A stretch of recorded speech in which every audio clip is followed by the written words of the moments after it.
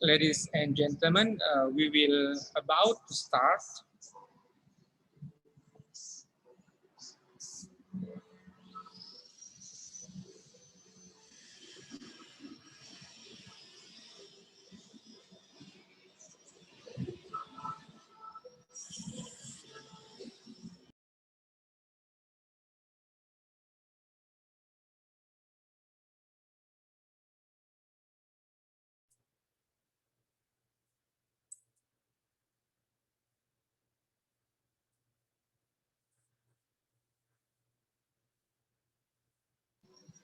Good afternoon, everyone, and allow me to say for those who are Muslim, Assalamualaikum warahmatullahi wabarakatuh. And God bless us, everyone. Today, we are lucky. It is an honor for us being with all of us, for those who are joining International Conference, India and Southeast Asia. We will start with our eminent scholars one, yeah, with the friends in Southeast Asia and from India to speak about the prospect and challenge of India and Southeast Asia cooperation. And then our first eminent scholars panel one, we will have Professor Dr. Sida Sonsri from Thammasat University of Thailand. We have Dr. Sukarno Hajo Subito from Untak Surabaya of Indonesia. And we will have the presenter from the Yusuf Kalla Research Center for Bugis Makassar Cultural Studies of Universitas Muslim Indonesia. And we will have the next one, Associate Professor Marekon C. Pirai from Mindanao State University of Philippines. And the last but not least, Associate Professor Dr. Rohizani Yaakob, University Science, Malaysia. This international conference of India and Southeast Asia is a collaboration between 12 institutions in India and Southeast Asia. Among of them is Dewan Eksekutif Mahasiswa, Faculty of Usuluddin, Philosophy and Politics of Universitas Islam Negeri Alauddin Makassar. We have Masika Ijmi, Majelis Sinergi Kalam of Ikatan Cendekiawan Muslim se-Indonesia. We have Universitas Kristen Indonesia. We have Jawaharlal Nehru University of India. We have Mindanao State University of Philippines. We have friends from Untak Surabaya. We have another one, Unhan, Universitas Pertahanan of Indonesia, and many among others. I would like to invite for the first one to introduce our eminent Scholars Panel 1 to the Chair of India and Southeast Asia, Dr. Gautam Kumarja, Jawaharlal Nehru University of India. Time is yours. Please on the screen, sir.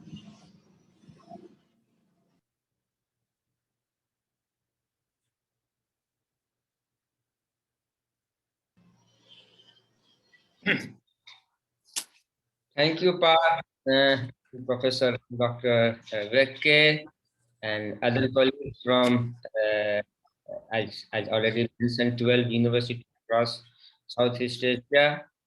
And my greetings and I welcome to all the professors, teachers, panelists, audience from all across India and Southeast Asia. I think this is a first kind of conference where the universities of India and Southeast Asia is participating, and we have in line a great keynote speaker and guest of honor.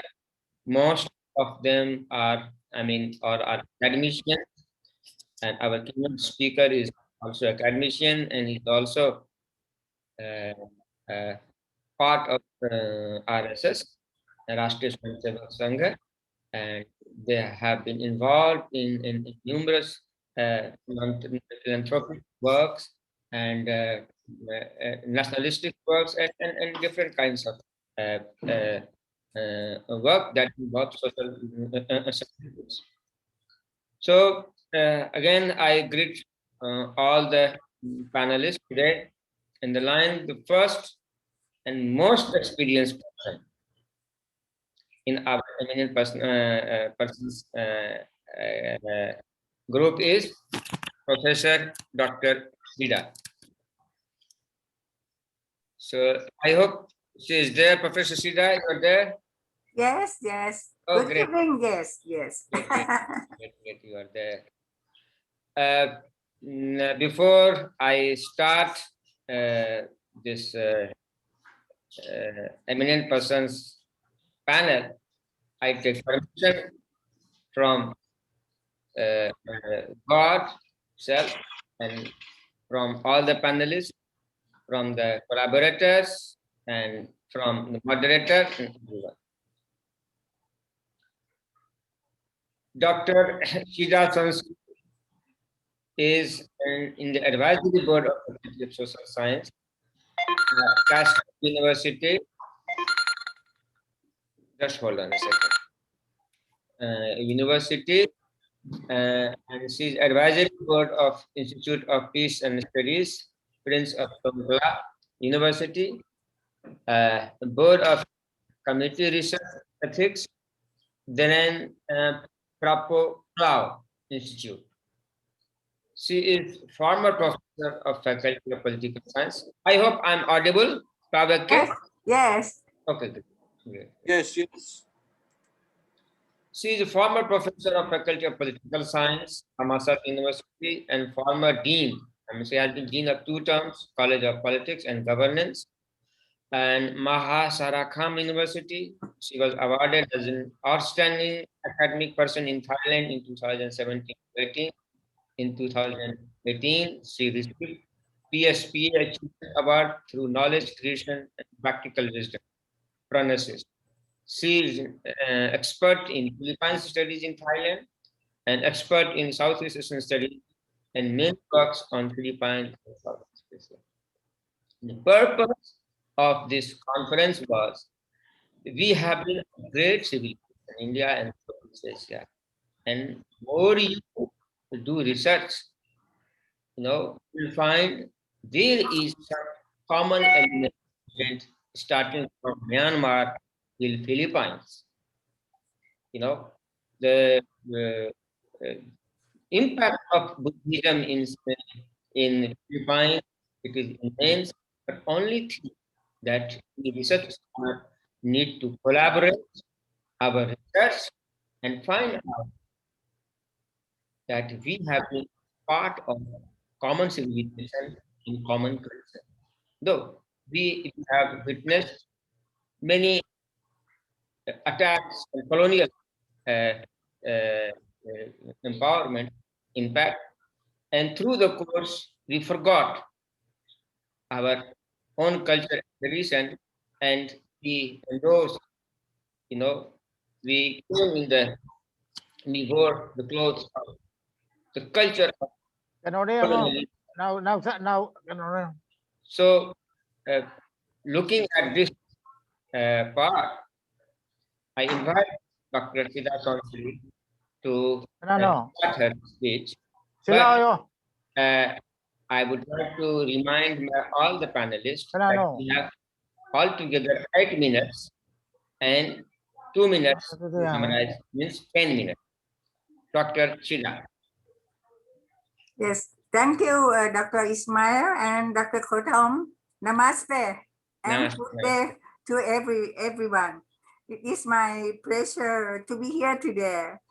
Actually, my specialization is on the Philippine studies and Southeast Asia that you mentioned. But when Professor Amma Yumnam invited me to serve as a visiting professor of Department of Southeast Asian Studies, Manipur University, last year, I was interested in India already, and especially the Northeast India and the policy of Act East of India. I think India is considered one of the emerging superpower of the world because India is a big country, big population, big scientists, and big skilled human resources. who can speak English mention about the poverty. So today I would like to say a bit on at East India. But before I talk about at East India, I will mention about the prospect of India in Southeast Asia in the past and present. India culture and civilized structure of India influence countries of Southeast Asia, except in the Philippines, because Philippines is a Catholic country, but Islamic culture are influenced in the south of the Philippines. Temple of India, Borobudur of in Indonesia, and many temples in Thailand are the deep influence in Southeast Asia. And number two, almost every country accepted Ramayana as epic to study. And some Thai's name came from the epic, like my name, Sita. Yes. Number three, India religion, Buddhism and Brahmin also play an important role in Southeast Asia, especially in Siamese code. Brahmin is expert in astrology and in conducting ceremony until today. Number four, Sanskrit script are the first form of writing known to have reached Southeast Asia. And we have used spelling of Sanskrit words, but in Thai scripts, in everywhere in Thailand. And Sanskrit terminology are used in legal aspect of in the procedure of the court. Number five, the merchants also travel and trade as a middleman in every country of Southeast Asia in ancient time. Funan in Mekong Delta in Vietnam was the first trading post of Indian traders. Two notably important external influence in those days and today, I think, came from India and China as well. But Southeast Asia accepted those influence that were suitable to their local culture. Regarding India, the influence of culture, religion, architecture, way of life, language to Southeast Asia since the ancient time in the 3rd century. Those are the prospects of India. The prospects of India are many. When India has prospect, as I said above, India can use people to people and culture to culture diplomacy to act east of India. I suggest that 6 topics are challenge of India to be successful. Number one, the use of the past to foster Thai culture and soft power diplomacy. Number two, economic ties and prospect for greater trade interdependence. Number three, India and Southeast Asia connectivities through Act East policy of India. Number four, promote the free and open Indo-Pacific that have promoted by the US and Japan due to the fear of China open trade with Southeast Asia now with complementarities. Number five, security tie between India and Southeast Asia. That's all my opinion. I think India has a prospect and challenge now, but India has to compete with China now because China came to Southeast Asia a lot. This is the question of the India look east. Yeah. Thank you.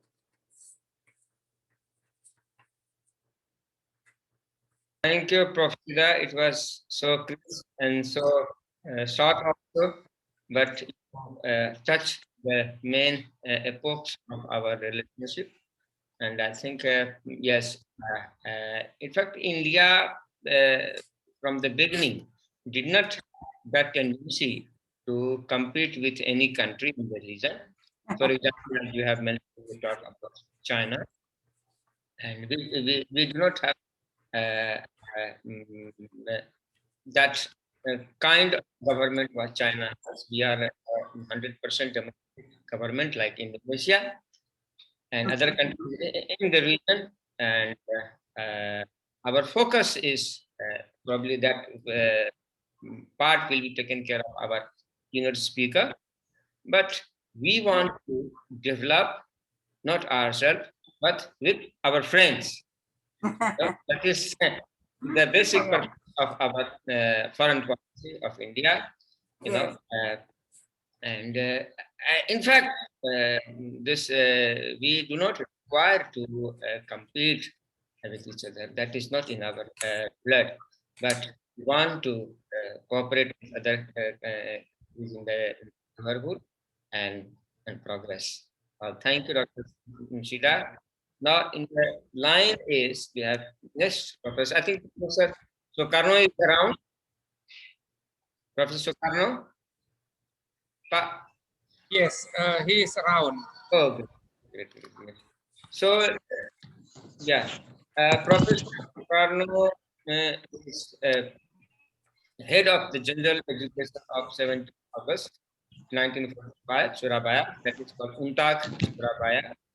And he is a lecturer of administration of master program. He has numerous publications that includes rehabilitation of forest people, forest villages, different communities. He has worked with different communities of the rural areas. He has worked on sustainable development, empowerment of forest villages towards governance and marine transportation of infrastructure, institutional strengthening, utilization of natural metals, and also how making it illegal urban of metropolitan city, make illegal urban of metropolitan city of entrepreneurship, cooperation residents, and this kind of workshops such as Menjadi Penulis Produktif with Indonesia, Manulis Foundation, and fourth international conference. He has himself led the conference. It was in the year of 2013, and it was included business and all sustainable development. So he has, I see in his profile, he has done a lot of work on sustainable development. And now I invite Dr. Sukarno to commence his speech. Thank you.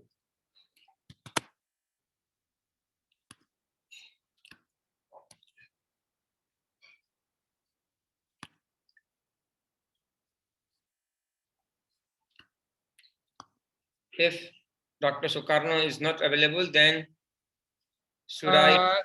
Dr. Sukarno is here. Yes, I am. Oh, great. Sir, please start your speech. Thank you. Mic is yours.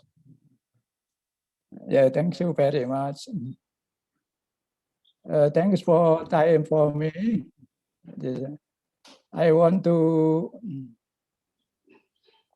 explain about global collaboration, governance, and social wisdom. This is a moment past pandemic in COVID. We know that there are many plague diseases in the world, namely Justinian, plague, Black Death, smallpox, cholera, Spanish flu, Asian flu, Hong Kong flu, human influenza virus or HIV, severe acute respiratory syndrome of SARS, swine flu, Ebola, and coronavirus disease 2019. All of country in the world have a strategy for fighting, especially for coronavirus disease 2019. The handling of this pandemic is carried out independently or in collaboration with other countries. In addition, there are new behavior that must be obeyed so that everyone can avoid this virus. Globally, collaboration between country and between institution is needed in the form of the new order. The new order is a global collaborative governance, or GG. This is required awareness of all the parties around of the world to share energy, work together to tackle the spread of this pandemic. On the other hand, everyone must obey new habits, namely living healthy or clean, limiting social activities, and preventing transmission of the virus by always wearing a mask like this one, like snow. Actually, this new habit is already traditional, taught by religion and the local culture. Adherence to this tradition is implemented social wisdom. I proposed a collaborative governance in global. We can take that in regional organization. There are two, that is IORA or IORA and ASEAN. Two regional government that can collaborate together. So, and I think that is can reject this partially in the pandemic, this one. I think that is my opinion. And yes, thank you. Thank you.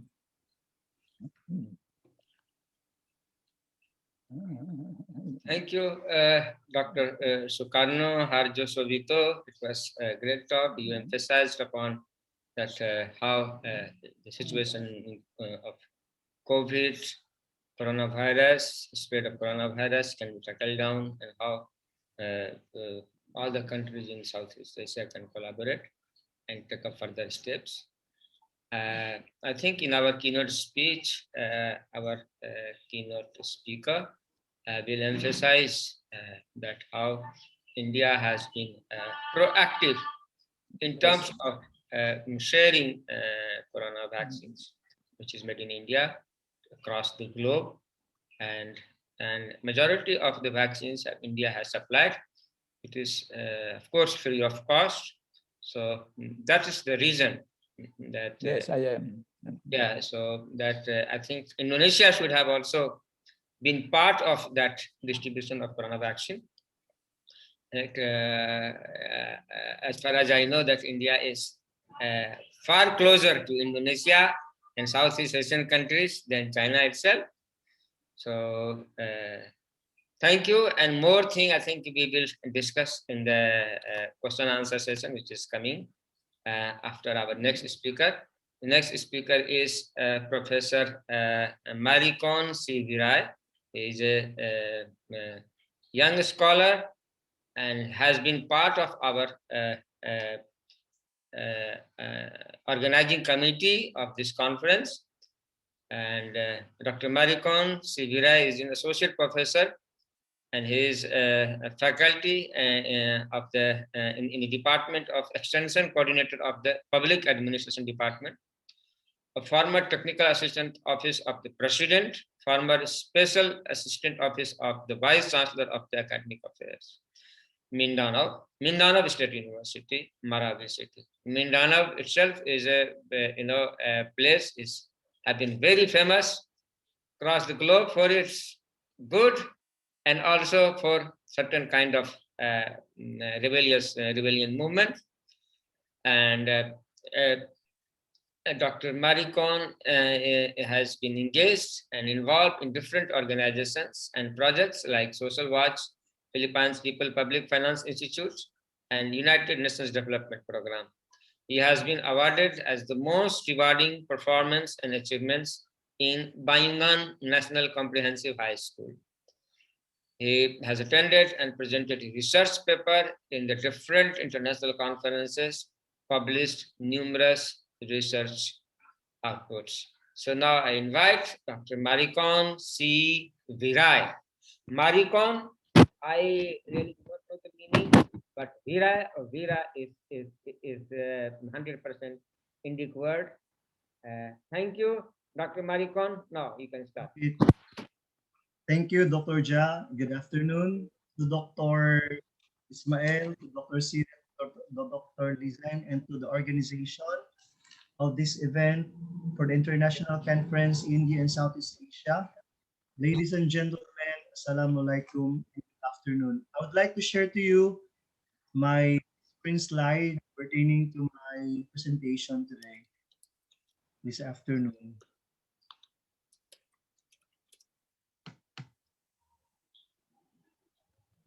Okay. So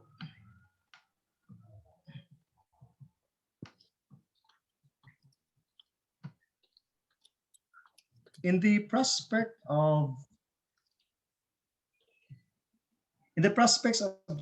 challenges of India and Southeast Asia, we have the imagining India and Southeast Asia is often guided and influenced by a number of factors like regional views and portrays an India subcontinent through various views on religious dimensions, political rivalries, borders, terrorist attacks, and many others.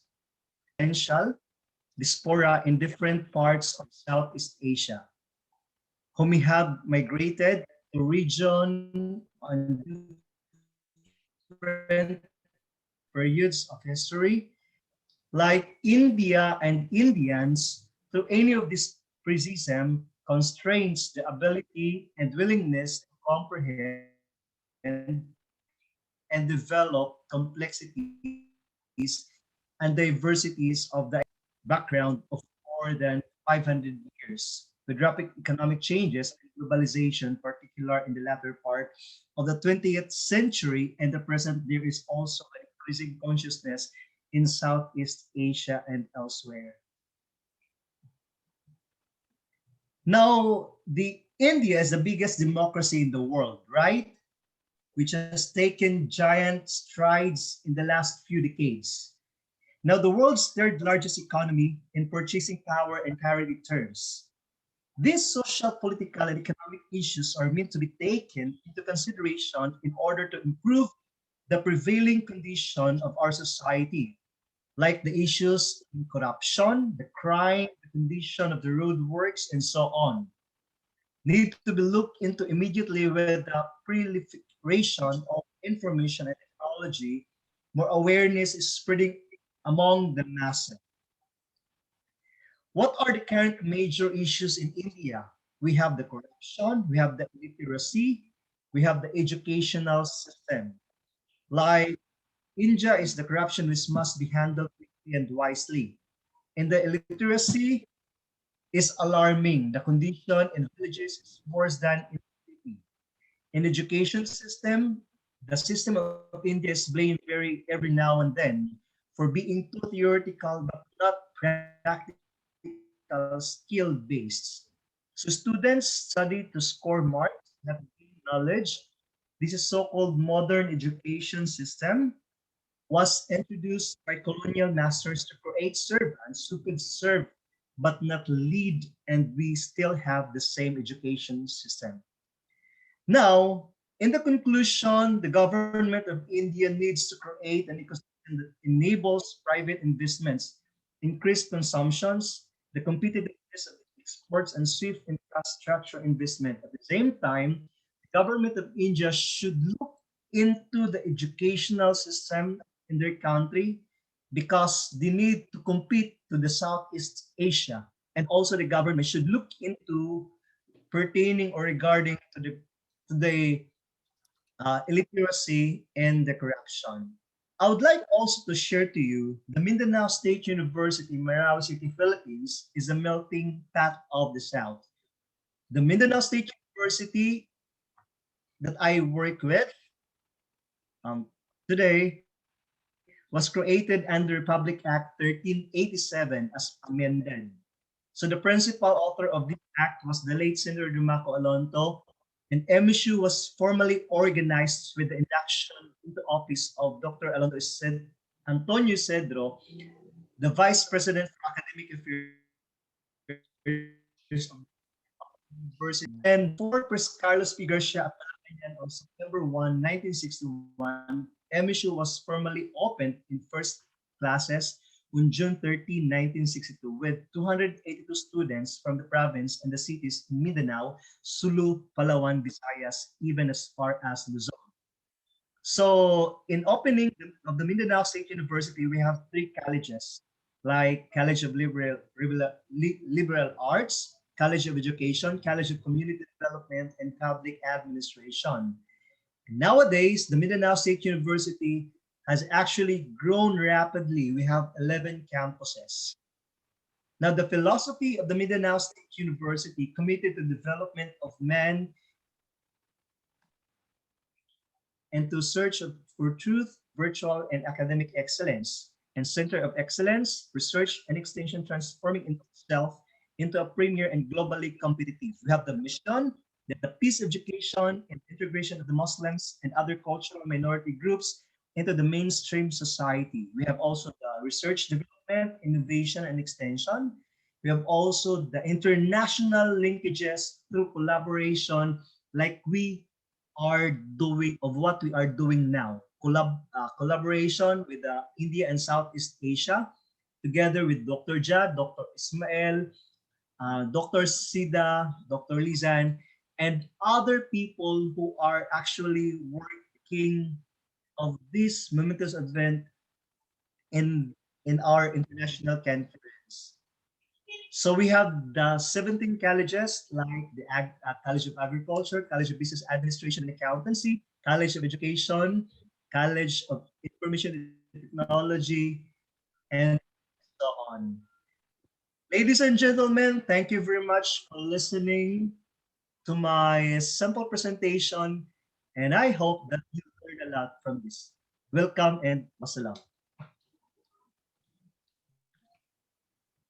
Thank you, Dr. Maricon.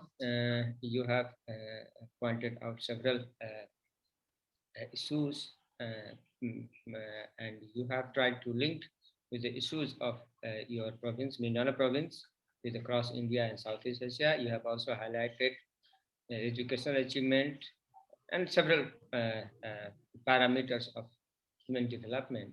I think you have rightly pointed out that we all together can form academic circuit, which will on the map, we will map certain numbers of universities, and we will link all these universities and educational institutions together, and probably we can take out the best among all these things, and probably we can run a virtual university. So let us, you have rightly pointed out that this is a high time now that we, India and Southeast Asia, can collaborate in the field of academic excellence. So thank you. More we discuss in our question answer session.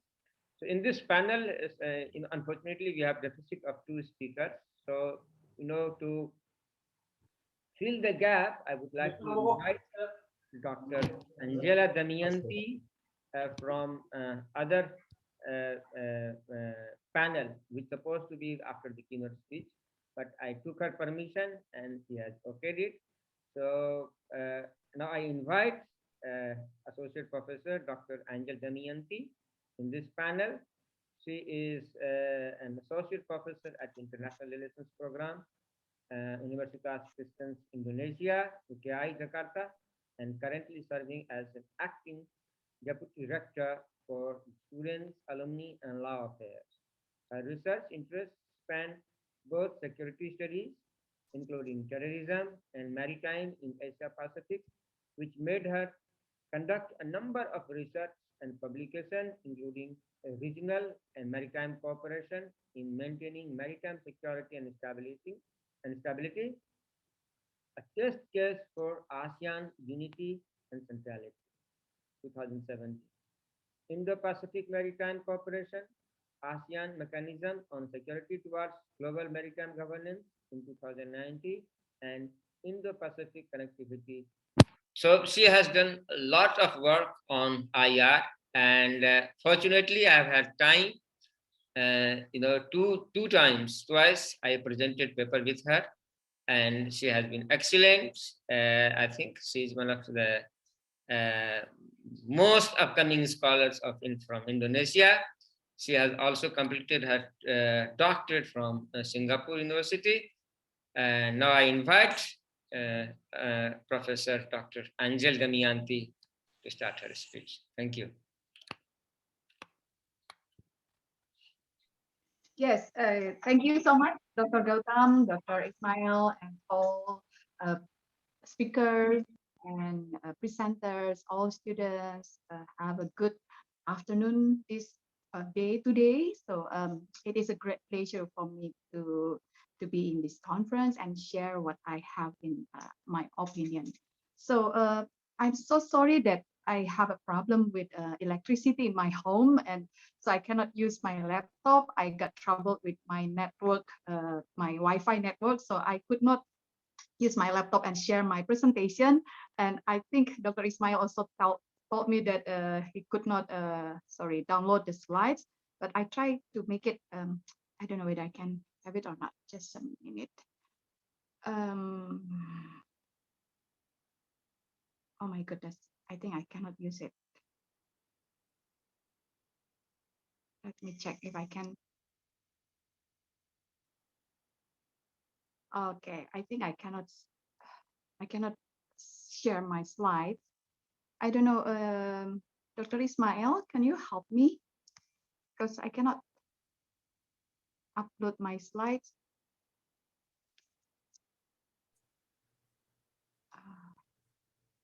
Okay. I think I try to make it very simple. Professor Angel, we are not able to hear you clearly.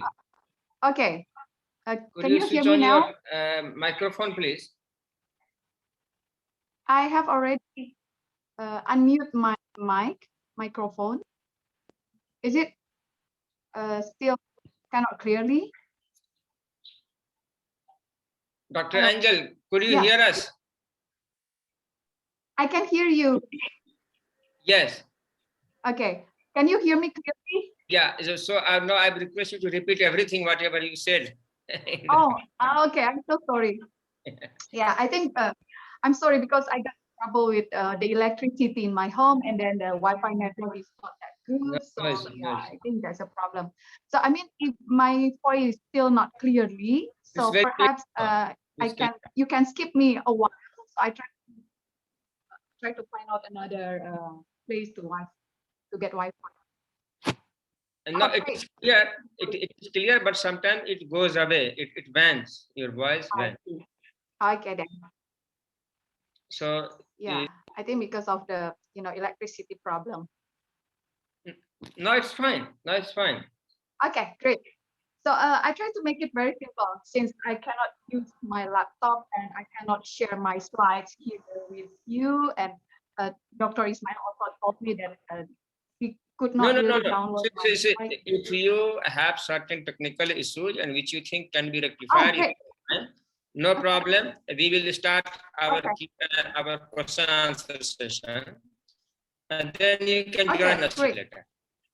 I can wait. Okay. Great. I can wait. Thank you. Now, audience is completely aware with the situation. Now I invite all the audience to have question answer session, and Sanskrit and Indic studies in JNU, and Dr. Shida is also here, so he has also joined.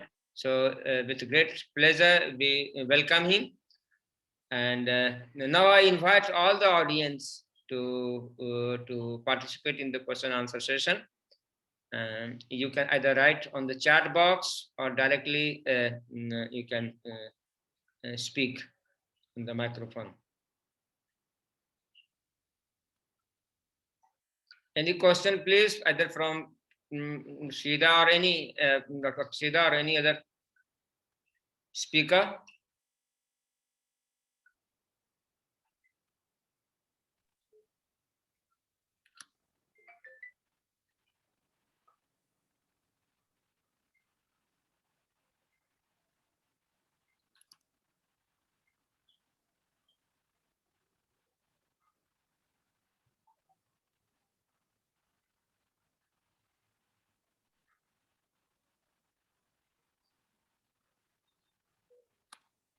Okay, if not, then let me have a privilege to have one question from Dr. Shida, and maybe the similar question answer can be given by Dr. Sukarno and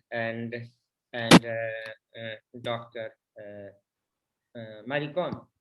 So this question is that how do you see India in future collaborating with Southeast Asian countries comprehensively, seeing India's achievement? India is the largest democracy on the world. So I would like to ask this question first to Tia and to Dr. Sukarno and Dr. Shida. Yes.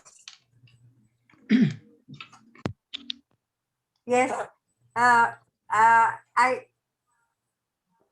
My first, I think is India is a diversity in unity, and unity in, so you have diversity in skill to go around the world, and you can speak English because you can speak English, so you can go around the world. You have diversity. So this is the opportunity of India. Yes. But Thank you. one thing is you have to have a solve the problem. Can you hear me? Yeah, well, voice is go being ahead. being trailed.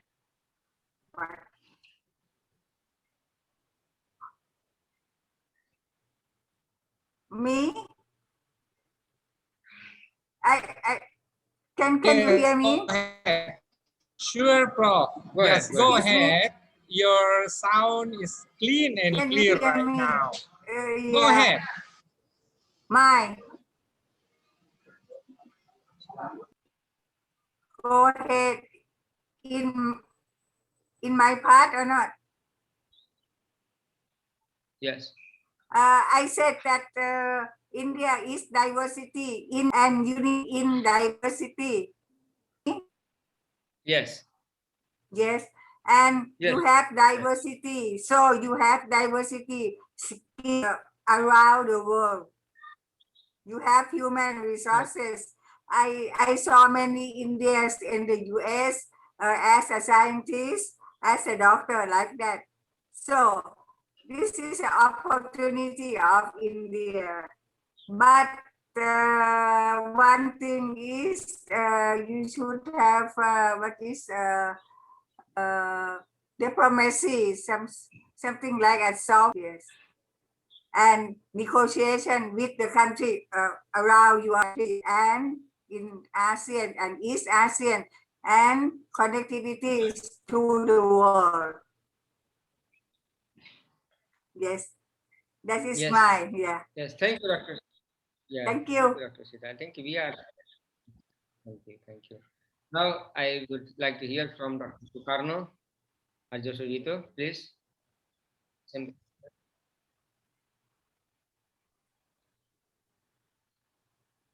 Yes, I am.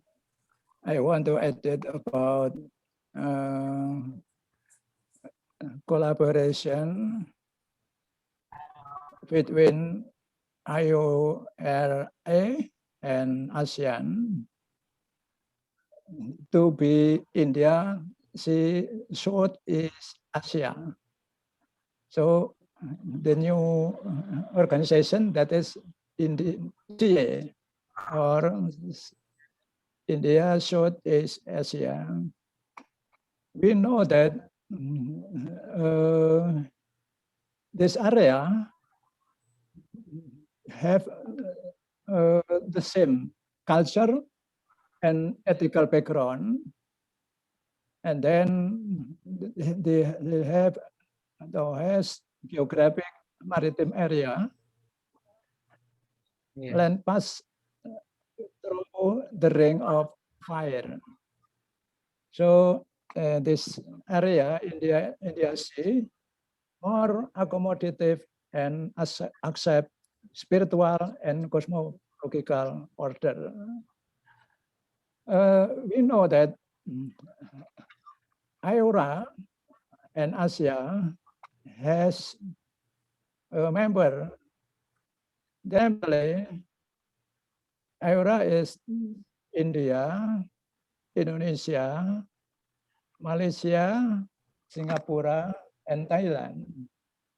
And then Asia has member Indonesia, Thailand, Singapore, and Malaysia. So this two regional organizations can join or collaborate to in the next.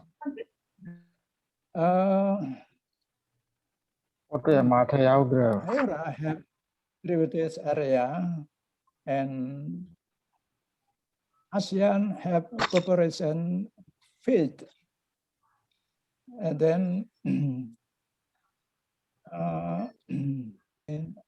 organization can support this collaboration, because IORA and ASEAN has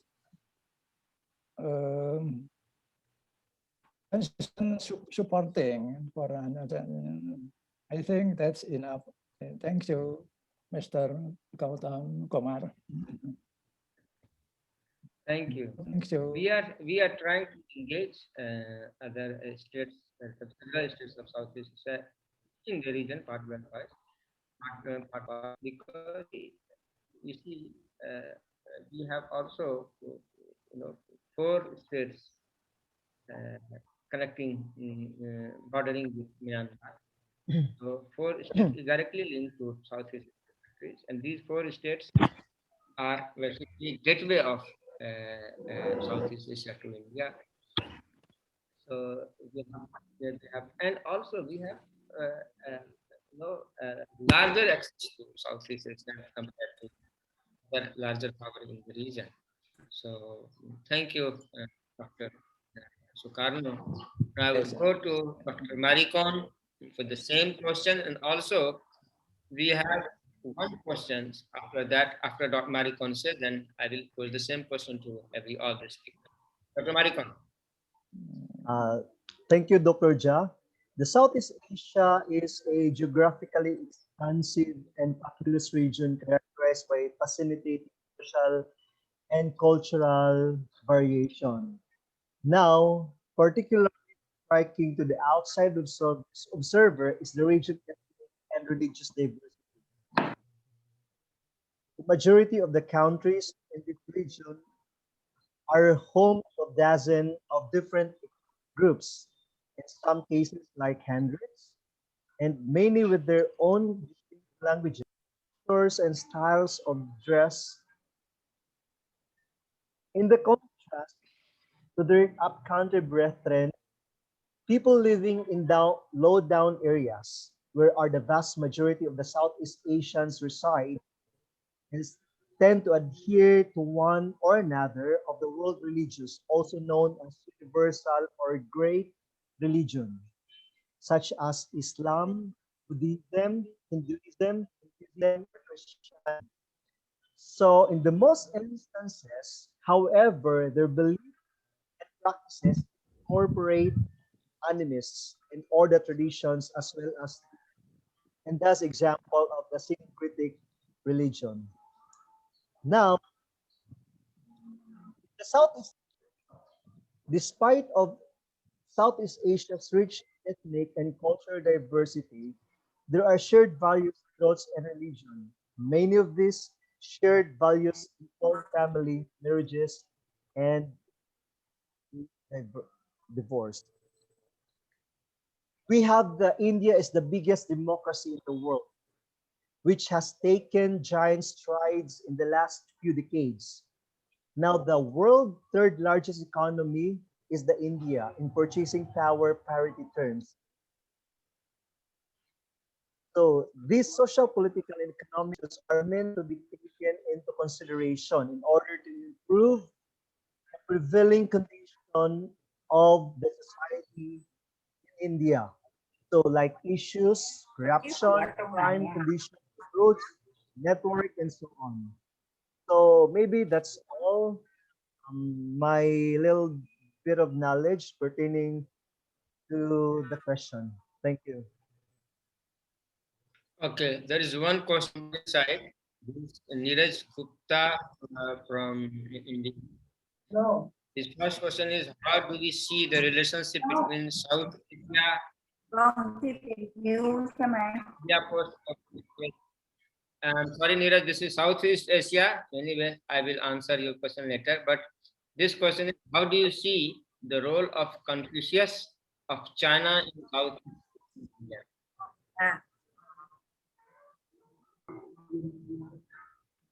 And challenges in Indian. I do not know why the sound is resonating and echoing.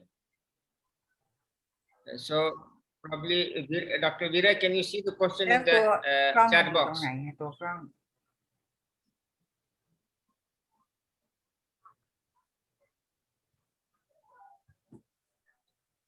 It is regarding Confucius of China in Southeast Asian region.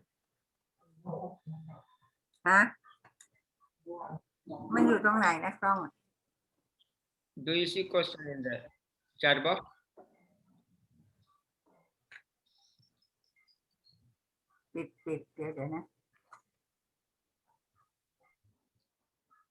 If not, then one more question is from Charlo Bautista. He is asking question, what specific collaborations are we expecting after this conference? Will it be in education, religion, entrepreneurship, or other economic collaborations? I would rather say that after this conference, and we do not have to do anything with the religion, but we will go for further strengthening of academic relationship, as I have already deliberated. That I also pointed by Dr. Maricon that academic relationship, academic collaboration is one of the most important parts of this conference, because we are also all academicians. So we'll try to map certain universities in the region and then start a virtual university later. But this is in the pipeline. We will deliberate upon this.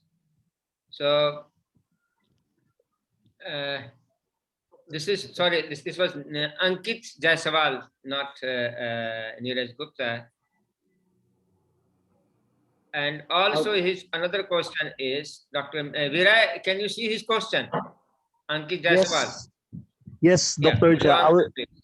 Okay, I would like to answer the question of Professor Charlo Bautista regarding the collaboration that actually we had a meeting with the Indonesia and the Southeast Asia pertaining to the collaboration. For example, first is the full paper of your research will publish with the index, because without the index number, it it cannot be legit for publication of your research. The second is maybe we can have a collaboration like a research and extension, exchange students in the undergrad to the masters and to the doctoral, because we have members in different universities in India, in Thailand. We have Dr. Sida, and we have also professor and Aba. doctor in the Indonesia and Malaysia. Yeah, I hear you. After this one, we will have a meeting together with the organizers of this event, talk about the collaboration, to talk about the offering, especially we can give the best as we could to all the members, or to all the scholars who are indulging in this research.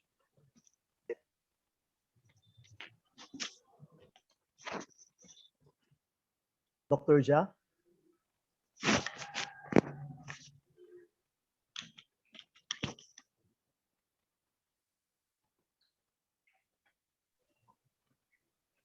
Okay, Dr. Sida, do you have something to say?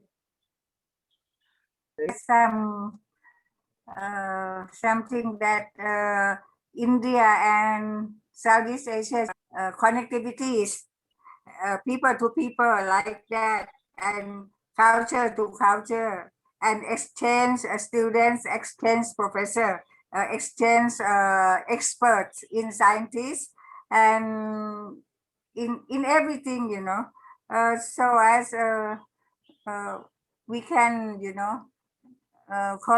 collaboration during the pandemic.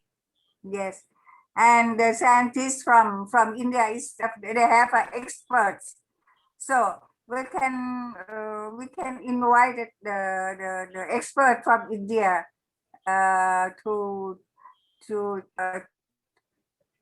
suggest us about the vaccine of pandemic, COVID pandemic, something like that. Of India is there are many doctors, medical doctors in India that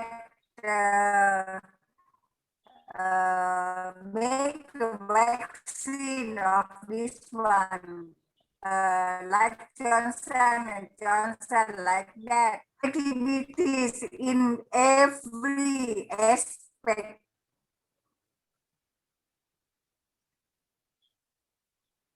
Yeah. Great. There is one comment from if Charla. India has threat.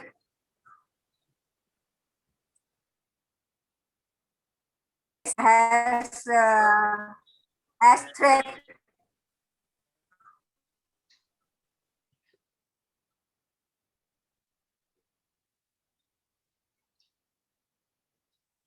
And now Dr. Sida has just completed her comments. I would like to acknowledge Professor Hosni M. Kogo, Chairperson of Public Administration, Department College of Public Affairs, Mindanao University, and Professor Ivy Sara Mai, State University. I welcome you, all the respected audience, scholars. Now,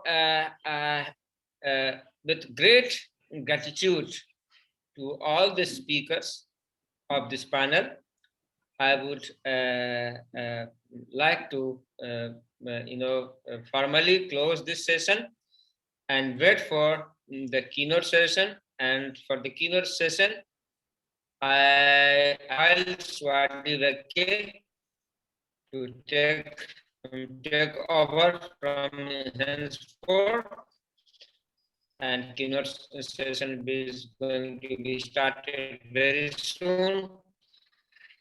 And Thank you, our audience and everyone. Thank you.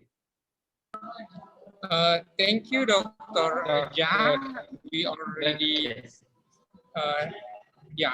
thank you, Dr. Our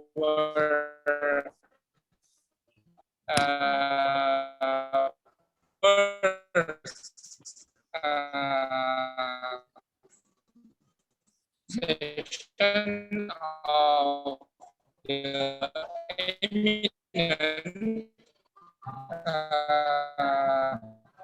scholars panel 1, and then late anthem of India and late anthem of Indonesia. Please on the screen.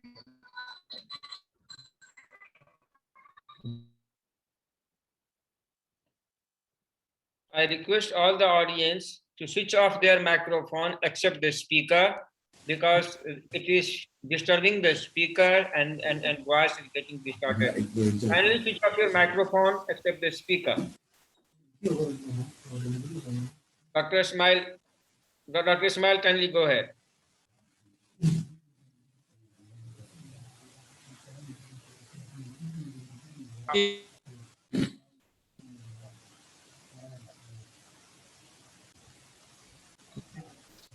Okay.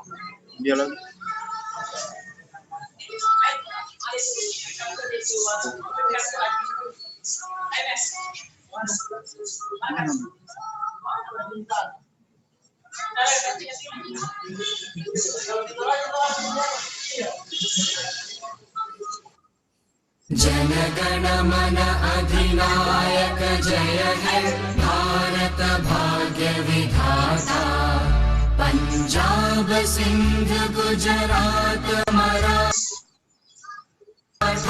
Dravida Utkal बंगा विंध्य हिमाचल यमुना गंगा उच्चल जलधि तरंगा तव शुभ नामे जागे तव शुभ आशीष मांगे गाहे तव जय गाथा जनगण मंगलदायक जय हे भारत भाग्य विधाता जय हे जय हे जय हे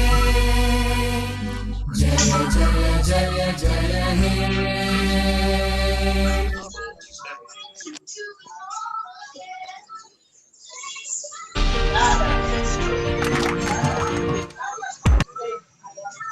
Thank you for everyone.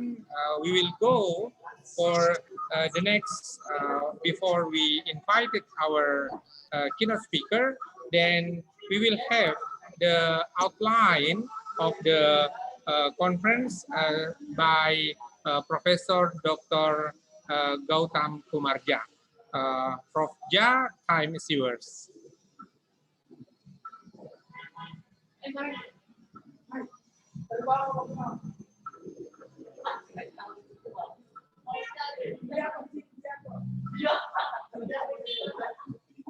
I would like to invite once more Dr. Gautam Kumarja from Jawaharlal Nehru University as beginning for outline of the conference. Prof. Ja, time is yours. Thank you, Dr. Veke, and I'm thankful to all the panelists and all the scholars across Southeast Asia and India. And let me outline the concept notes of this conference. And we are very fortunate that more than 100 papers will be presented in today's conference with different panels and parallel sessions. So this concept notes and the keynote speech and also the views from the guest of honor will pave the way for this conference today. India and Southeast Asia combine to form a common Indic Belt region that drives unique civilizational ethos, advocating global peace and harmony and respect for all. Since time immemorial, this Indic Belt region has not witnessed any noticeable conflict, which could be interpreted to derive from any idea of civilizational or cultural differences or supremacy. The strong ethical background of many communities in the region serves to create a nature of camaraderie among the nation. And this camaraderie among the nations we need to forge upon. India and Southeast Asia are maritime regions, and substantial parts of its land passes through the Ring of Fire, as already outlined by Dr. Sukarno in the last session, making them vulnerable to tectonic disturbances and natural disasters. Thus, these people are more accommodative and accept spiritual and cosmological order despite significant scientific advancement. India's effort to fight the present pandemic, Corona or COVID-19, produce the vaccines and not vying for material gains results from its deep cultural ethos, which believe in a harmonious, prosperous, and rule-based equal global order. With single-minded resolve to fight the COVID pandemic, India has not only come out with flying colors, but also extending a help hand to other nations by shipping huge quantum, that is 70 million of the vaccines free of cost across the globe. The one-day international webinar jointly organized by more than 12 universities and several educational institutes in the partnership from India and Southeast Asia will witness a lengthy panel discussions and unearth cohesive forces in the region that bind society and strive for the common peace. As the above lines also illustrate the inherent challenges and sub-themes will further elucidate them, that is the commonality that can be translated into mutual prospects, common challenges and prospects of common health and food security, together with all, development of all and trust of all, that is the new narrative and also very old narrative of India that fosters interest of all the nation globally. Thank you, Dr. Veke, for giving me this opportunity. Thank you very much to Prof. Gautam Kumarja from Jawaharlal Nehru University of India. And the next one, I would like to invite Dr. Lizan Perante Kalina to let us listen a welcome note. Dr. Lizan Perante Kalina from Development Academy of the Philippines. Dr. Lizan, times is yours, please, on the screen. Yes, good afternoon to everyone. It's a privilege to be a part of this first international conference. So I would like to formally deliver this welcome message to my dear friends and colleagues. Welcome to the first international conference, India and Southeast Asia, or the ICISA. And foremost, may I take this opportunity to really extend my warmest congratulations to the organizer, all the speakers, to Dr. Ismail, Dr. Amar, Dr. Kuma Ja, Dr. Amurulia, Dr. Ajay Dubey, our keynote speaker, Dr. Ambikar, of course, to my longtime friend and colleague, Dr. Sida Sonsri, and to all the participants and panel presenters, and likewise to the volunteers who made this first virtual conference possible. Our dedication to achieve a sorry for that. I heard something. The common, well, we have this dedication to achieve the common pursuit for continued knowledge, especially in midst of a pandemic, has surely been our motivation, especially for this first ICISA conference.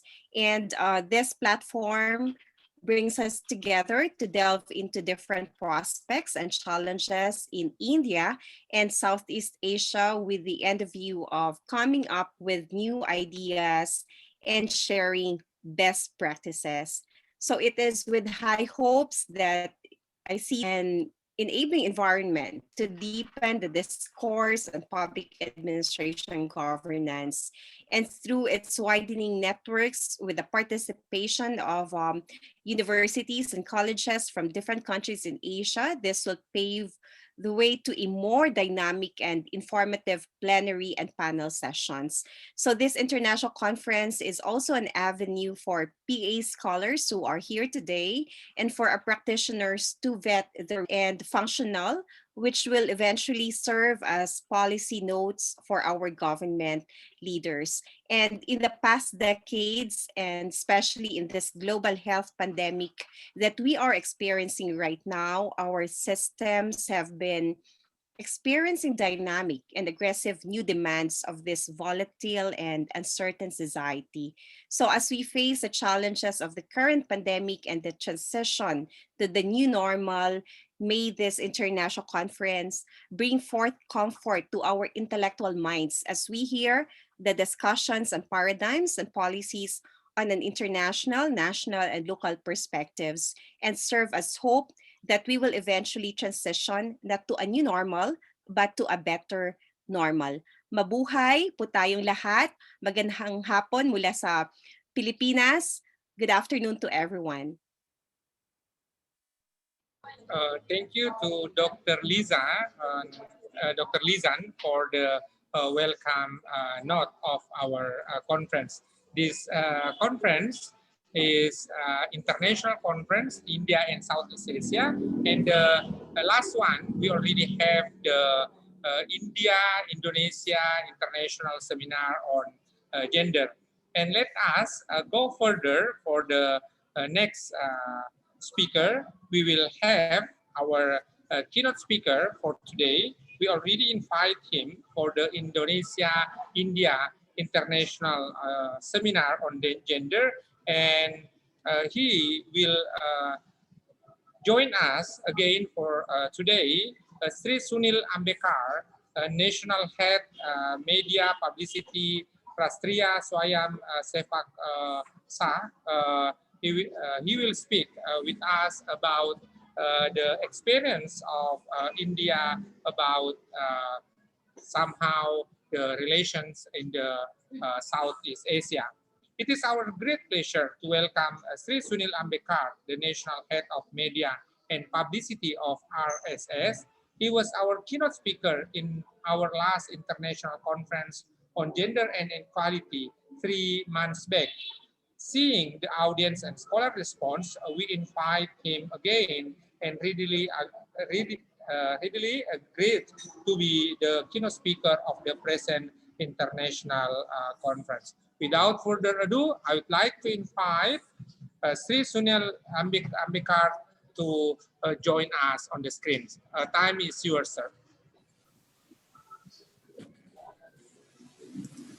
So, namaste to all. So it's my pleasure. It's my pleasure to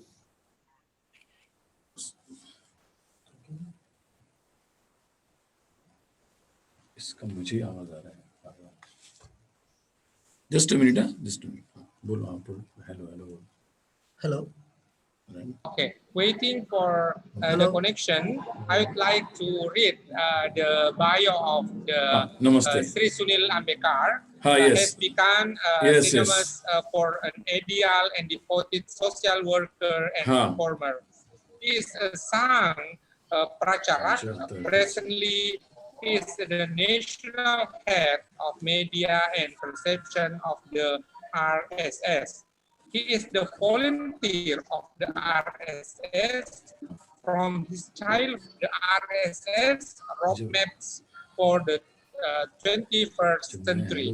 He was the national organizing secretary, Akhil Bharatiya Vidyarthi Parisad, ABVP, the largest student organization in India from 2003 and 2018.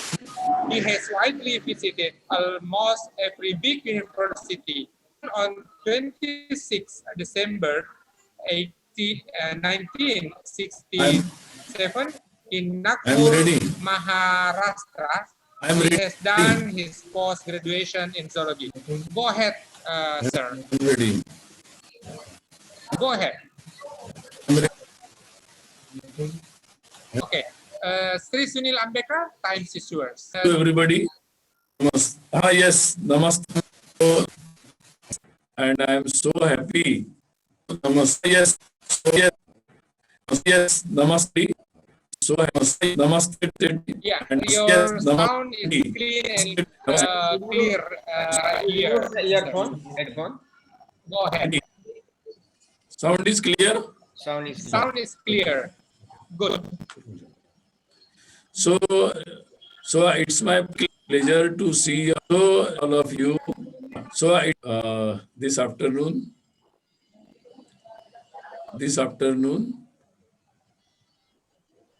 and फिर आवाज आता है मुझे. I will speak directly. मुझे आवाज आता है, record आता है. ये तो सिर्फ आपको माइक कनेक्ट कर देता हूँ.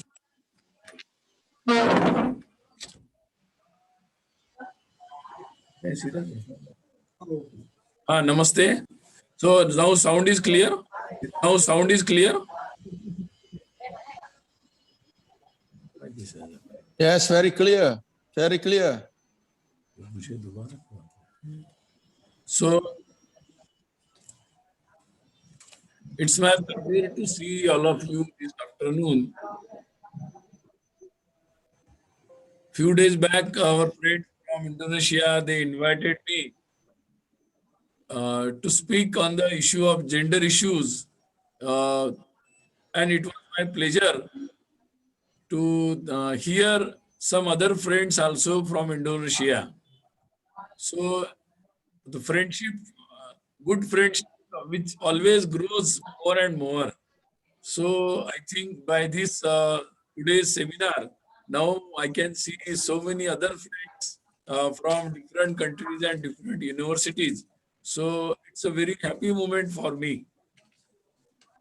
So mention few, so it's difficult to mention everybody's name, but I can see some very eminent persons, that is Vice Admiral Amarullah, then our professor from Manipur, that is Amar Yumnamji, then Dr. Lizan, Dr. Sida, I can see her, okay, namaste.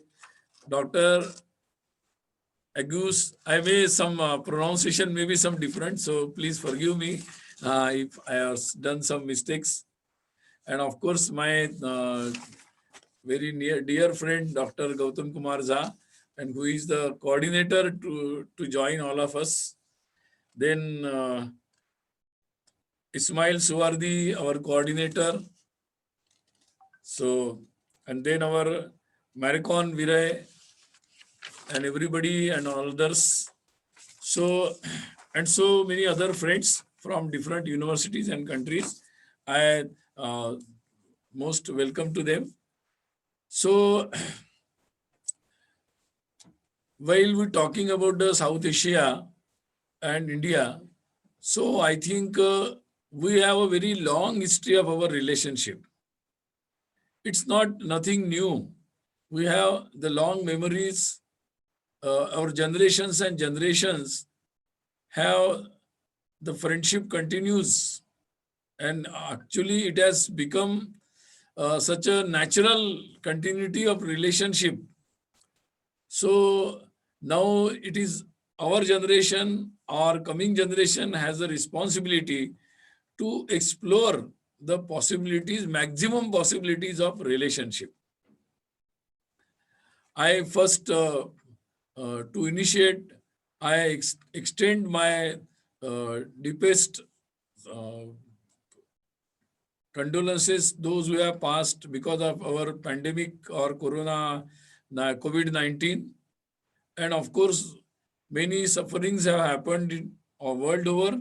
So I extend my concern to all of you and all our people from different countries. So, but time is always changing.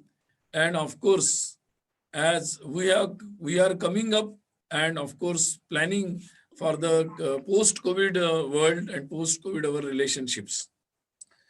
So there will be lot of some new opportunities it has come up. Yes, it was a problem, but it has also given us to revisit or to relook to our life. So as in our countries, we always believe in our families and family relationships. So COVID in lockdowns in different countries, it has given us the opportunity to have the very good cordial relationship of our family, to reach our lifestyles, whether it should be very natural, more and more ecological friendly, and of course, our lifestyles were also revisited. So our choices are also revisited. whether what type of food we should take and we like to take, what type of clothing we want to take, what type of industrialization, what type of job structure in the coming future should be, whether it should be centralized industrialization or it should be a decentralized, local, environmental friendly production technologies. So our future choice of technology will also be affected by all these experiences. And of course, everyone has prioritized after COVID that yes, our local concern, our family concerns, our health concerns are very important. And so they should not be overpowered by our economic interest. There should be a very balanced way and synchronization about our economic interest and our family life, our health, our happiness and everything.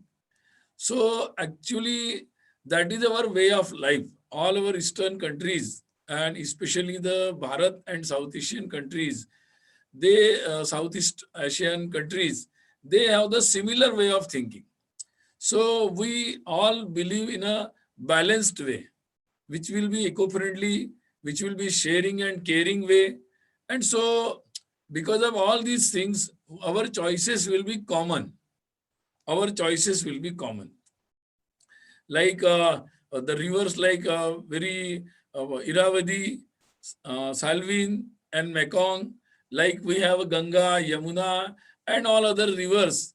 So it's a common culture depending or very much related with the rivers. So we have the common Buddha traditions, we have the common Ramayana traditions, and all these traditions, they lived here in spite of our different newly adopted practices. We continued with our culture, our cultural traditions, our cultural practices. And so definitely we have very much connectivities. And of course, because of connectivity, we have an affection towards each other. So the future journey can be shared. We have a shared interest. So there we can find in our country, in Bharat, it first initially it declared the Look East policy. Then in 2014, it was declared as the policy of Act East policy. And because of that Act East policy, there are a lot of initiatives already taken up. That is BIMSTEC, then ASEAN, then MGC, that is Mekong Ganga cooperation, and that is BIMTEX, that is Bay of Bengal, that is cooperation on different issues. So there are a lot of initiatives already taken up by the different governments and continuous more and more MOUs, agreements already going on. Now Bharat has come up with the new national education policy, new NEP. So it has given the opportunity and it has opened up so many things. And the main focus in the new education policy, national NEP, is the multi-faceted or multidisciplinary education. That is, you can learn, if core issue is about the 70%, 30% you can learn from different places, different languages, different arts forms, different technologies, or whatever the best practices or best issues, faculties developed in different countries that can be shared. So education will not be limited to single university or the faculties based in a single university. So anybody from different university can be a faculty for some credit to the university in our country. So that has opened up the possibility of connectivity with different universities of world over, and especially because of our natural connectivity and commonness, we will have a very more and more opportunity to connect on different subjects, and whatever the expertise all of you have developed in your universities, or whatever the expertise or subjects, branches developed in our universities, that can have the students in our countries can have a opportunity to have more exposure with all these specialties or expertise in our different universities. Another thing is area is our culture, and culture related two things. One is our health practices, because we have a very specialized food in our countries, and our food is very much nature friendly and very healthy and very natural foods we use, and our preparations are also very attractive and very natural and very healthy. So the world is, of course, have a temptation for all this. So there can be some extended practices, because after post-corona, the world is looking for the healthy food habits. Before, instead of going to the doctors and instead of doing something in the post 50 plus age, so people now will be trying to do it from the beginning itself. So of course, our food habits and our health consciousness will help them. Now, as yoga is helping everybody. Our herbal way of treatment can be a different way of or parallel or alternative way of doing the treatments to the patients. So it will be a very large area. It will be a large business area also to be shared, and world can, the people from rest of the part, they can have a common packages. People in our territory can also have a packages for all these health services and practices also. And we can, of course, promote our, like in, we have Ayurveda, you have a traditional practices. So that can be, we can come up with some newer things also. Now in education also, there will be teen programs, more and more credit transfer. And of course, online education has emerged because of all these COVID lockdowns. So it is now well accepted phenomenon. We can have some new ideas also on this. Then another is the tourism. Tourism, our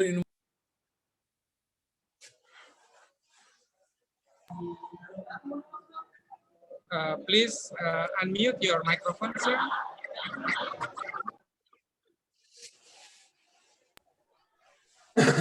Rizwan Khan, you mute your microphone. Rizwan Khan. Okay. Yes. Sorry, sir. Please carry on.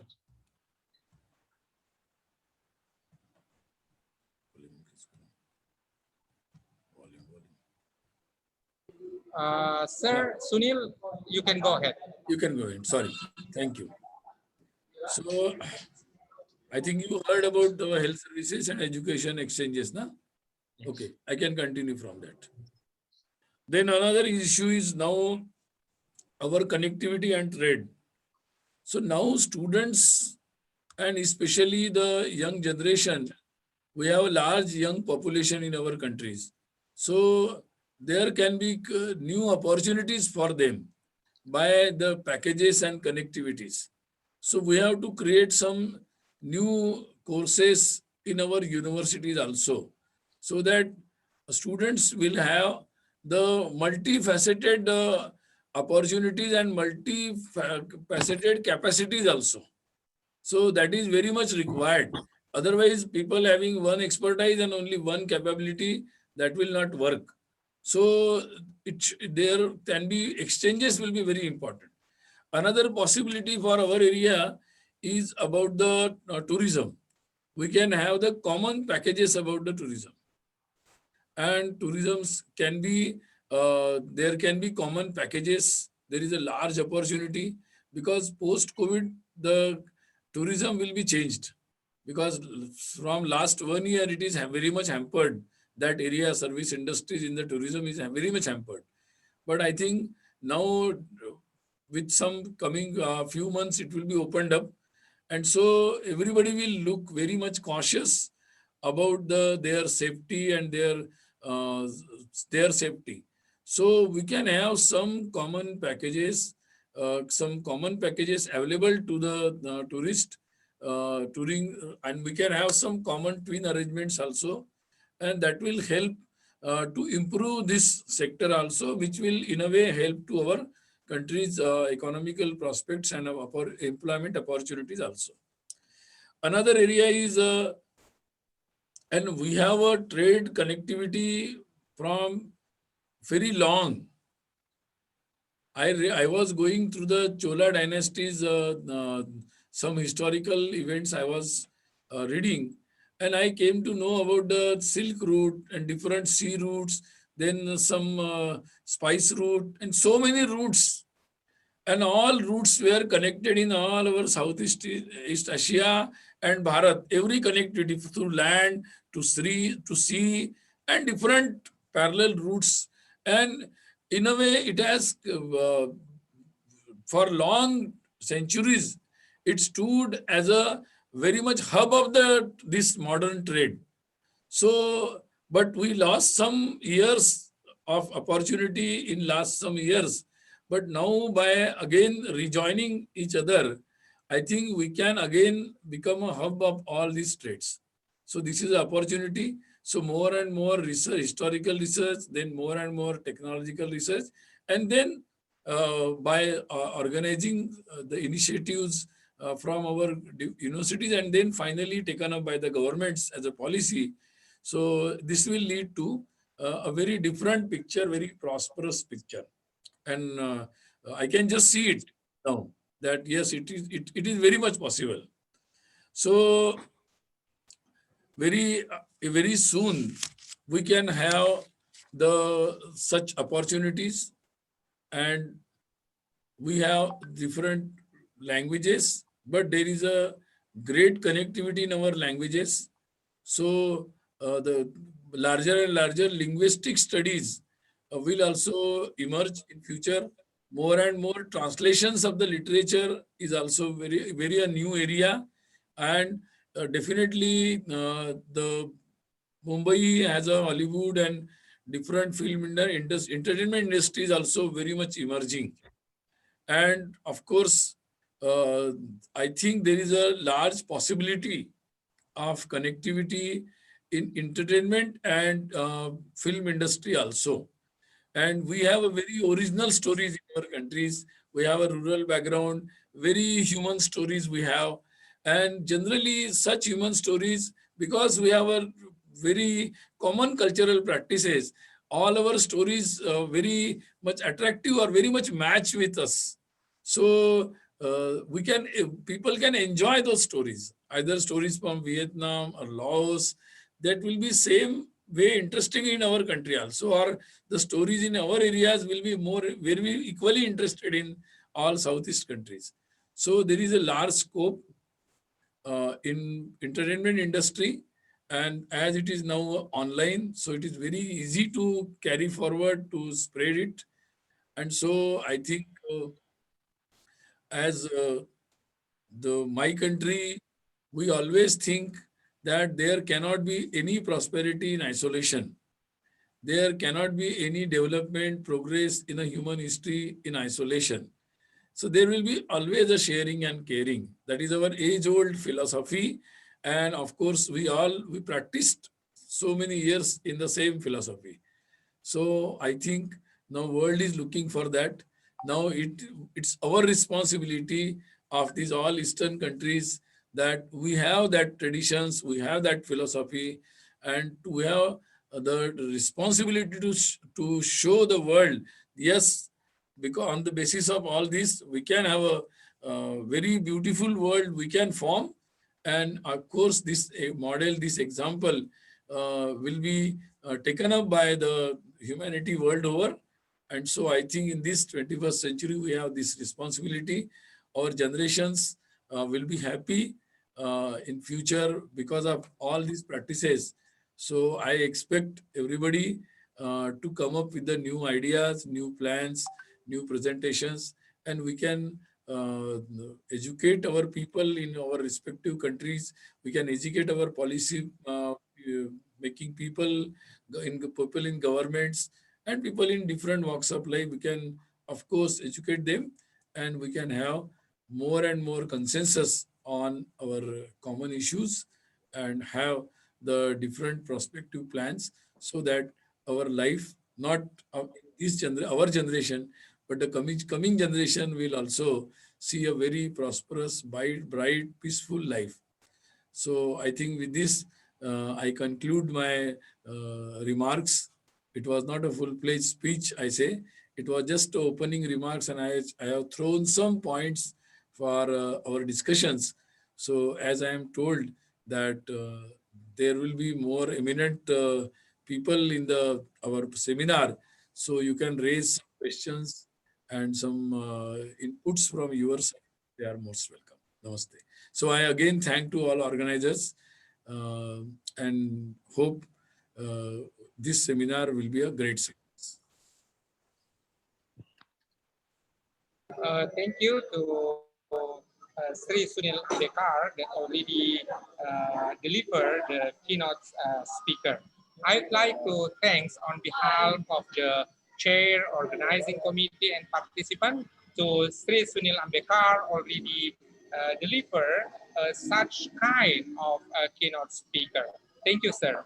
And then I'd like to invite the valedictory remarks Professor Dr. Amar Yuman, Vice Chancellor, Manipur University. Prof. Amar Yuman, times is yours. Please on the screen. Sorry, can I interrupt? The chair, okay, Prof. Dr. Amarullah, he will give remarks as a guest of honor. Okay. I will invite Dr. Amirullah. Yeah.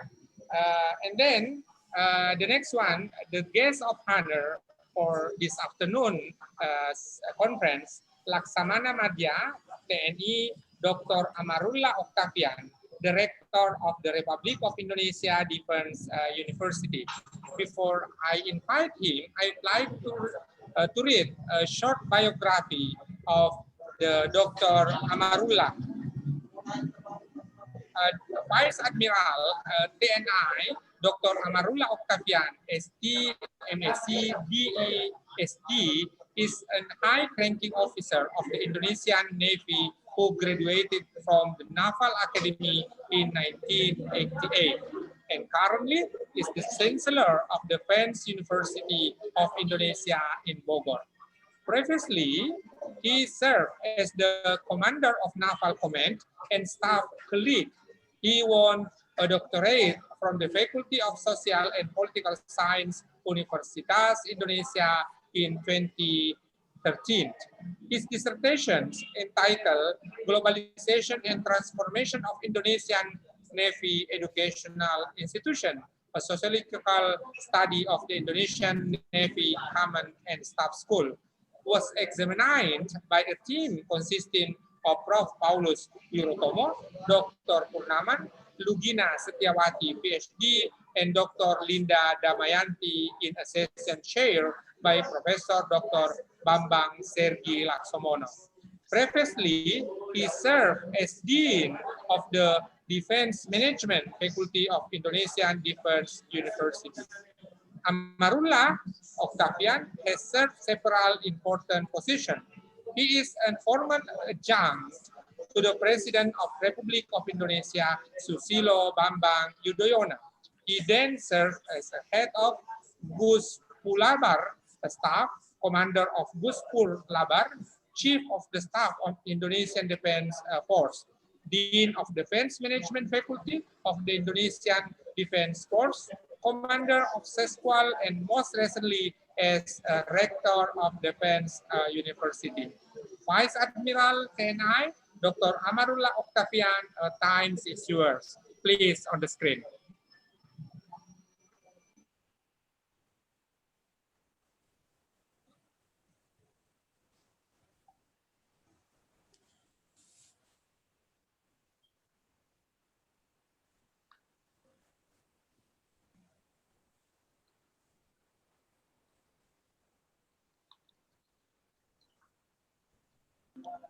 Yeah, Dr. Amarullah, times is yours, sir.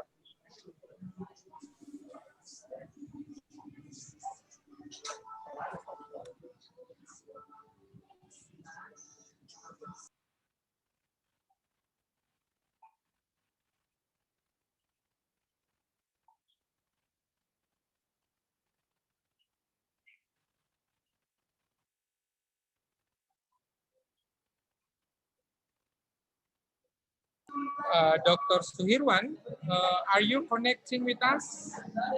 So you could invite Dr. Amarullah to start to speak.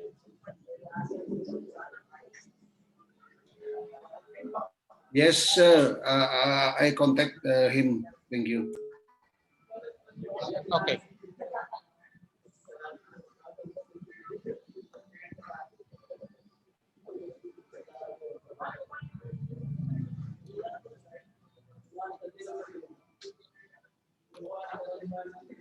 Ladies and gentlemen, we are inviting of connection with the Dr. Amarullah.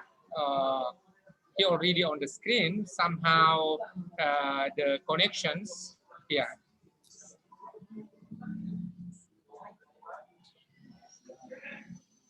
The connection is getting technical problem. So Dr. Amarullah is not connect with us.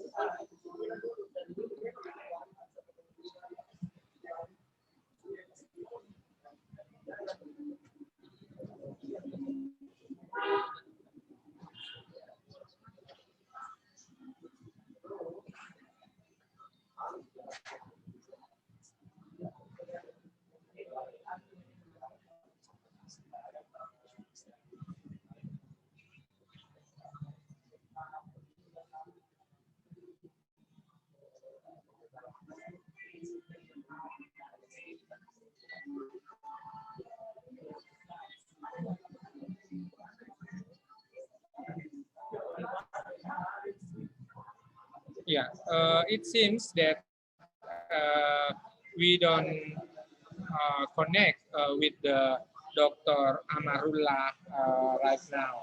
Is Prof. Amar connect with us?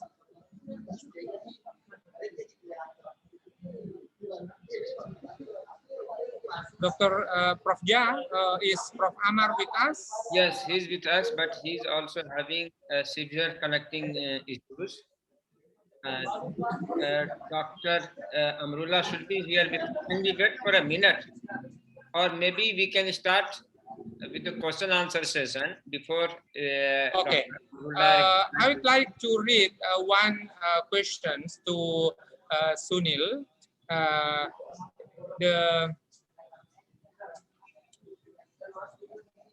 Yeah, right here in the check box from Prof. Sida.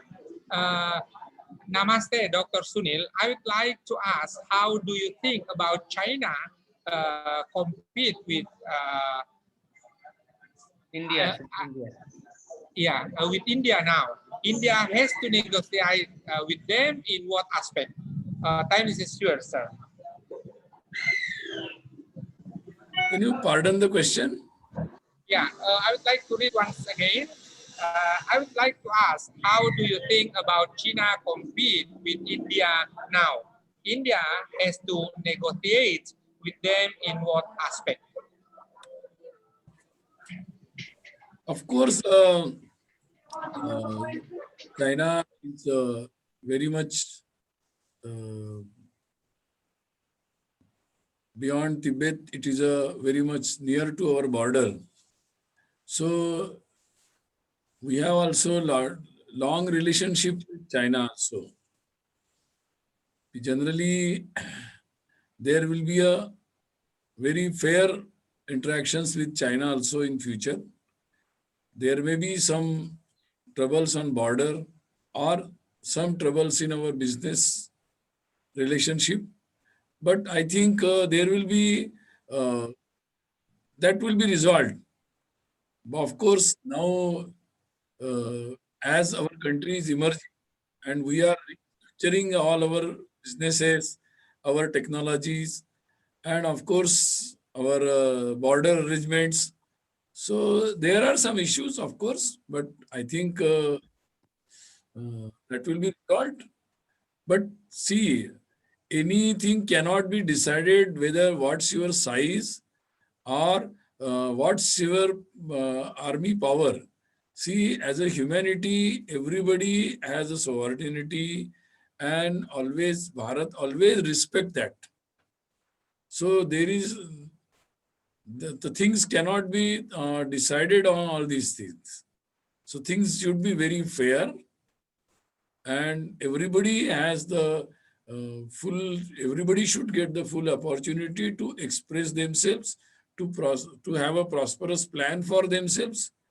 So there should not be any such thing. So as a country, we strongly believe on this, and we should, I think we all practice all of these things. And of course, we cannot allow such a world where such practices will be unfair.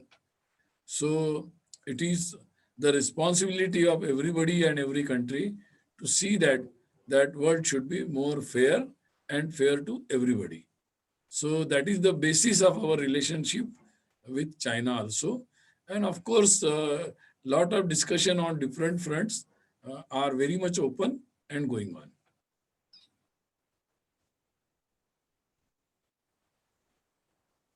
Thank you, sir, for the answer. I'd like to read another one. Yeah.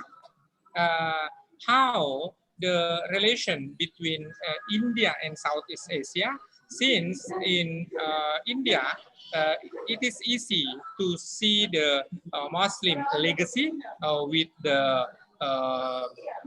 like kind, a big legacy over there. In the same times, we could find Hindu in Indonesia and spread out of the Southeast Asia. Do you have any idea of this kind of relationship between India and Southeast Asia, sir?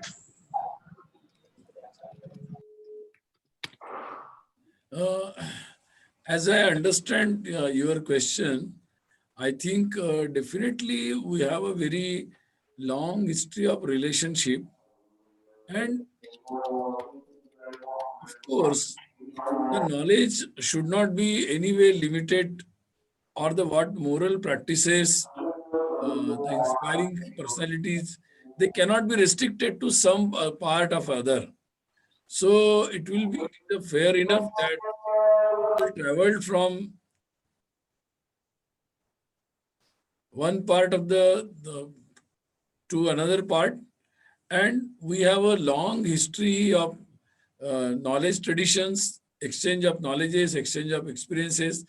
And of course, because of that, you must be knowing that Ramayana is practiced in very different countries, that is Ramakain in Thai, or in Cambodia also, or Fra Lak Fra Ram in Lao also. So in Burma also it is also practiced. So we have so many common practices, and one basic thought is that we always have to find the commonalities among the people, because generally people see what's different, how we look different, we speak different, we eat different. So why to always list what is different?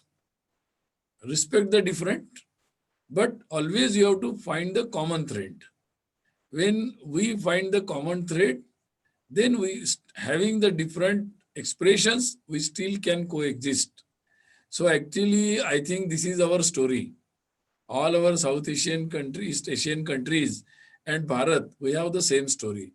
We have the different food habits, different languages, but equally we have a common thread of our culture. We believe in nature. We believe to coexist and care for the nature. We exist to believe all other ways what people practice as very much true, and they should be respected. And then that is the only criteria where we can coexist. So, and then our different identities can also coexist. So I think we have a we should be thanks to our ancestors, all of us, that they have given us a gift of this better understanding and better living, and to make the world very beautiful. So I think there is a large tradition of this. We have the translated all these things in our languages. I think in different languages, like in Vietnam, like in Indonesia, or I know in Burmese also, There are a lot of such long tradition of translated all our books, very precise books on different knowledge faculties. They are also available. So I think in this world also we have to be proud of it, and we have to continue all these traditions of exchange of knowledges. Thank you, sir. It seems that Dr. Amarullah already connect with us. I would like to invite once again Laksamana Madya, TNI Dr. Amarullah Octavian. Time is yours, sir. Thank you, Dr. Ismail. Good afternoon, everyone. It is my pleasure to meet you all. The Honorable Dr. Gautam, Dr. Lisa, Mr. Suni, and also as well Professor Amar Yumam, distinguished speakers, panelists, and participants of International Conference on India and Southeast Asia from member state of ASEAN as well as India. I share my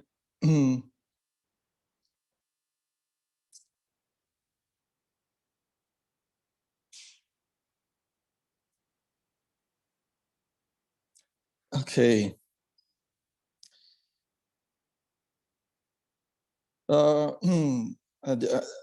First of all, I would like to introduce myself and also my short biography. Before my current position, I was the Commandant of Indonesian Naval Command and Staff College. Ladies and gentlemen, I would like also to convey my gratitude to the conference organizer for inviting me in this remarkable forum. And as term of reference I have received, I'm going to deliver my presentation with title India and ASEAN, Common Prospect and Challenges for Operating System. So this is my presentation online. I'm going to discuss current unmanned system technology issues, ethic of technology development, technology challenges of unmanned system, and regulation challenges of unmanned system. And I will end my presentation by giving conclusion and providing recommendation on the topic. Ladies and gentlemen, in spite of the benefit stem for unmanned system technology, the development of unmanned system technology has also caused several problems, especially in defense and security realm, as shown in this slide. For instance, UAV have been used by Pakistan to carry out surveillance activities regionally. Terrorists have also used UAV as a means to conduct their act of terror.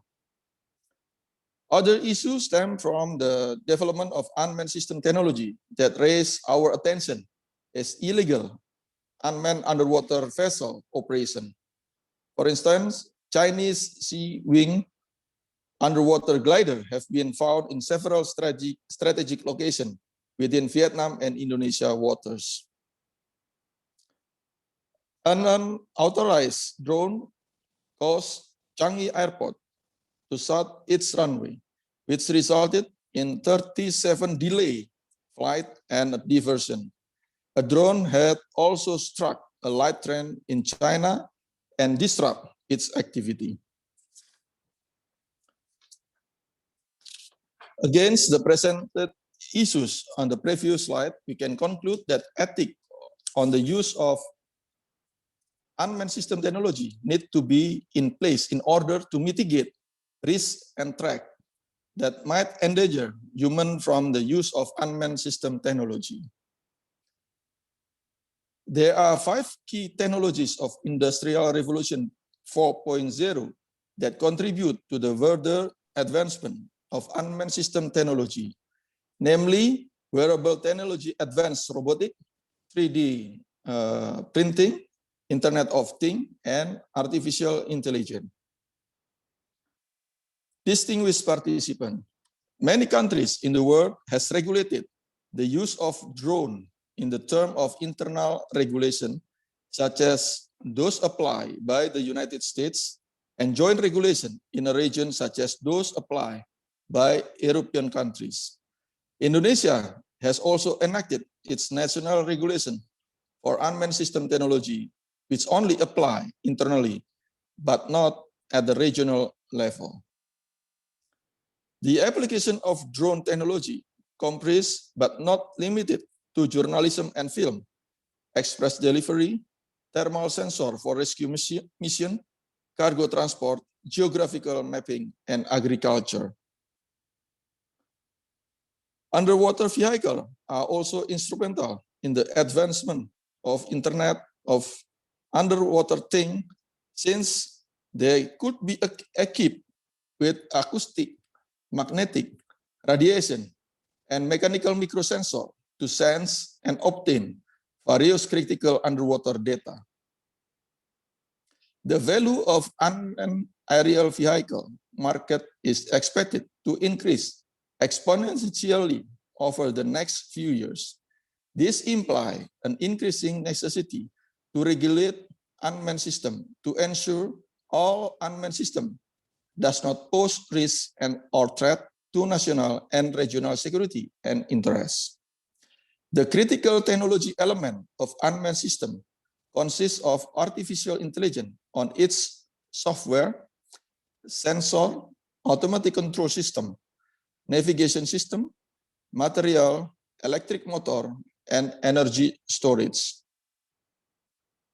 Future unmanned surface vehicle and unmanned underwater vessel development raise our concern and present a major challenge in which there will be a still powerful, invulnerable, and smart weapon. Distinguished participants and panelists, I would like to show the comparison between unmanned system regulation in United States of America and European Union in several key aspects, such as spatial restriction, radio communication, visual line of sight, safety, and insurance. With regard to the use of drone, several countries in Europe and China has issued regulation on the subject. Several countries and regions like United States, European Union, and Russia have regulated the obligation of drone registration on the basis of the drone weight. Meanwhile, underwater drone has not been fully regulated, despite its potential to threaten geopolitical interests, such as in the case of South China Sea. Currently, Indonesia has issued the regulation of the Minister of Transportation number 37 year 2020 on the operation of unmanned aircraft in airspace served by Indonesia.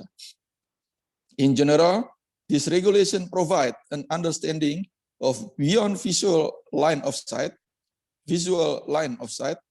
flight operation safety area, control airspace, uncontrolled airspace, restricted area, prohibited area, unmanned aircraft operator, and unmanned aerial vehicle.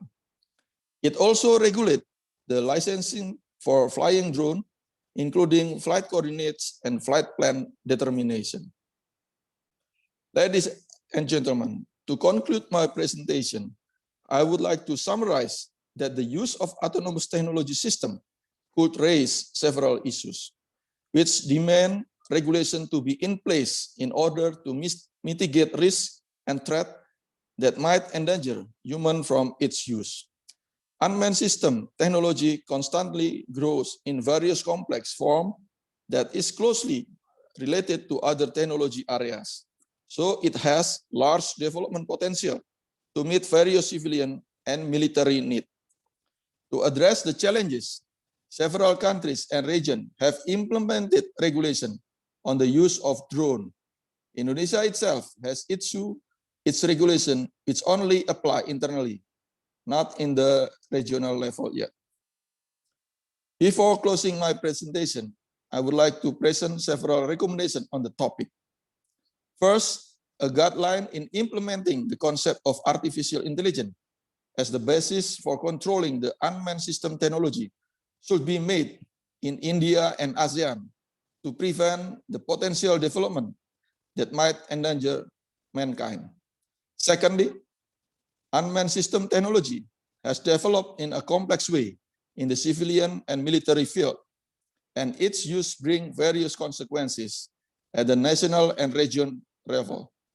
Therefore, it is necessary to form a joint regulation in the ASEAN and India region to ensure the use of unmanned system technology does not threaten national and regional security and interests.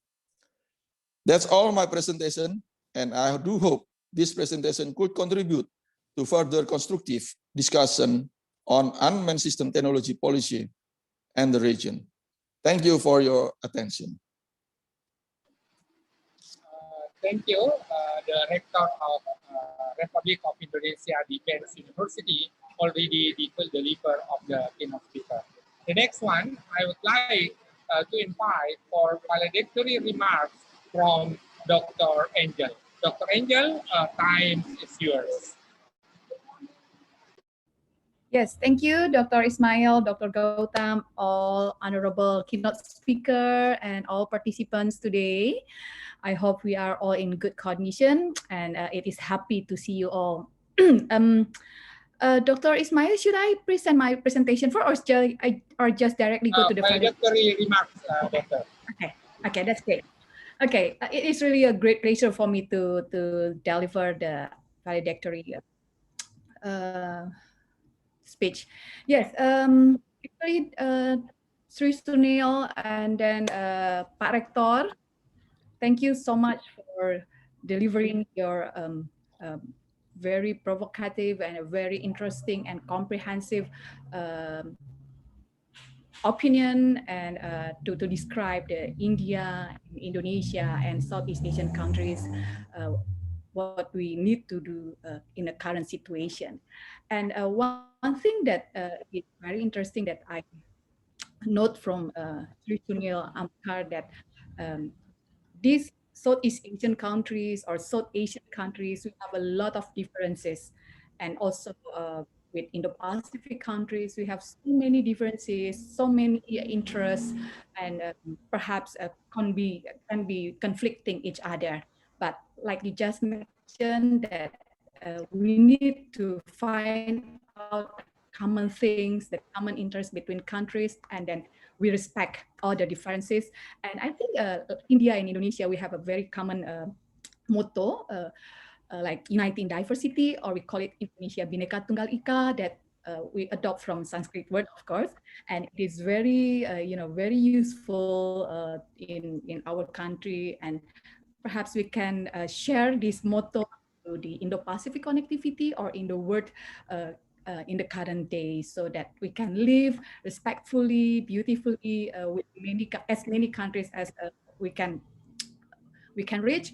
And then we believe that by this uniting diversity, respect the differences, and find out the common things, all countries in the world or in the Pacific connectivity, we can make a stable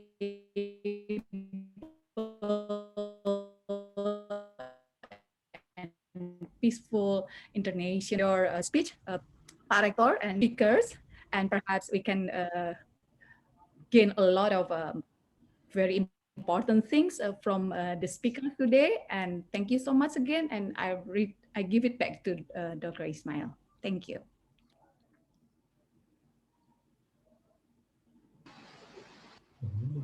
Thank you, Dr. Angel, already delivered the valedictory of remarks of our keynote. The next one, I would like to invite a friend of us, colleague of us, Professor Dr. Ajay Dubey from the School of International Studies, Jawaharlal Nehru University, to deliver vote of thanks. Prof. Ajay, time is yours. Chair Professor Ismail. Can you hear me? I think there is some resonance. Yes, clean and clear right now, Prof. Ajay. Go ahead. Okay, thank you. Dr. Ismail SK, the chair session. Honorable Sri Sunil Ambikar ji, the keynote speaker. distinguished speaker panel.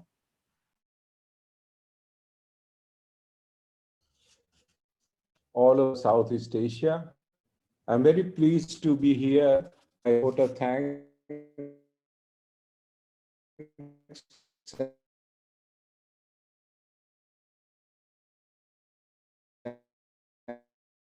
and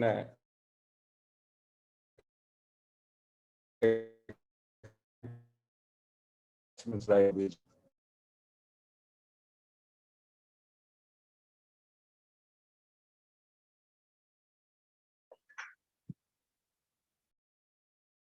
Professor Dubey, your voice is stopped now.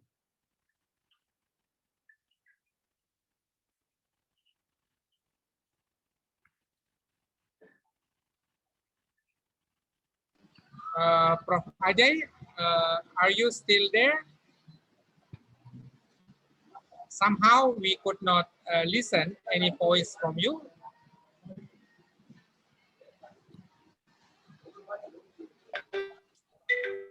Maybe we can wait for a minute. Oh. Okay, we will wait for a minute. This is the last speaker of the keynote speaker.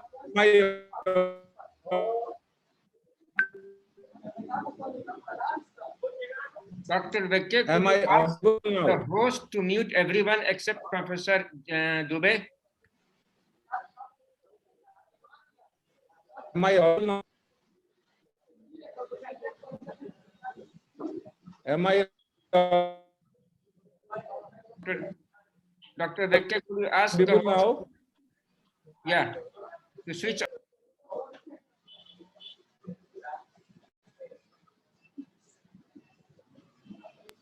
Take the control of microphones.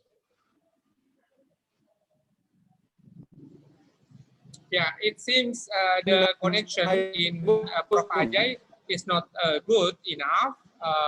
Then the voice is not clear here, and then we cannot listen anything, Prof. Ajay.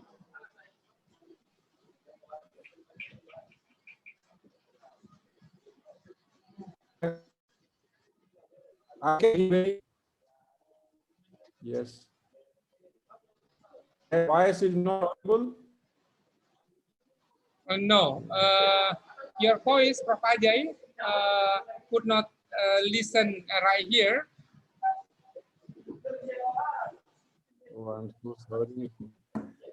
Can you, okay, let's go then. Can you hear me now? Yes. Yeah, go ahead, Prof. Ajay. Go ahead. So I have to switch up the video. So I was just saying, extending my thanks to all the very distinguished participants, the keynote speaker, Honorable Sri Sunil Ambikar ji, and also the distinguished participants from the Defense University and the valedictory address that we just heard. You have already heard all these distinguished participants, so I'm not to add much. But I would like to just say that since the world is coming together under globalizations, the economy, technology, all of them have contributed to that. And there are several parts of the world which are getting connected because of economy, because of technology, because of movement of the people. But what remains a very distinct connect between India and Southeast Asia is the culture. An asset, a heritage capital, which brings civilizational impact in the entire region, India and South Asia, which is reflected in our shared traditions, shared values, and our shared that is unique for entire region. And the distinguished speakers have highlighted time and again that remains one of the major initiatives to link people from Southeast Asia and India together.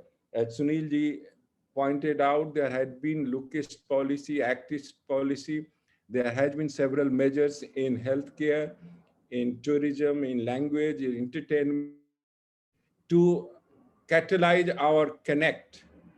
But we must make sincere, calculated, and deliberated efforts to use our shared heritage and culture as the prime motive, in my opinion, to connect with each other, because all others could be with all other regions, but with Southeast Asia, these are some unique strengths that we have, and we must try to translate that into action by energizing and by activating the cultural heritage connects.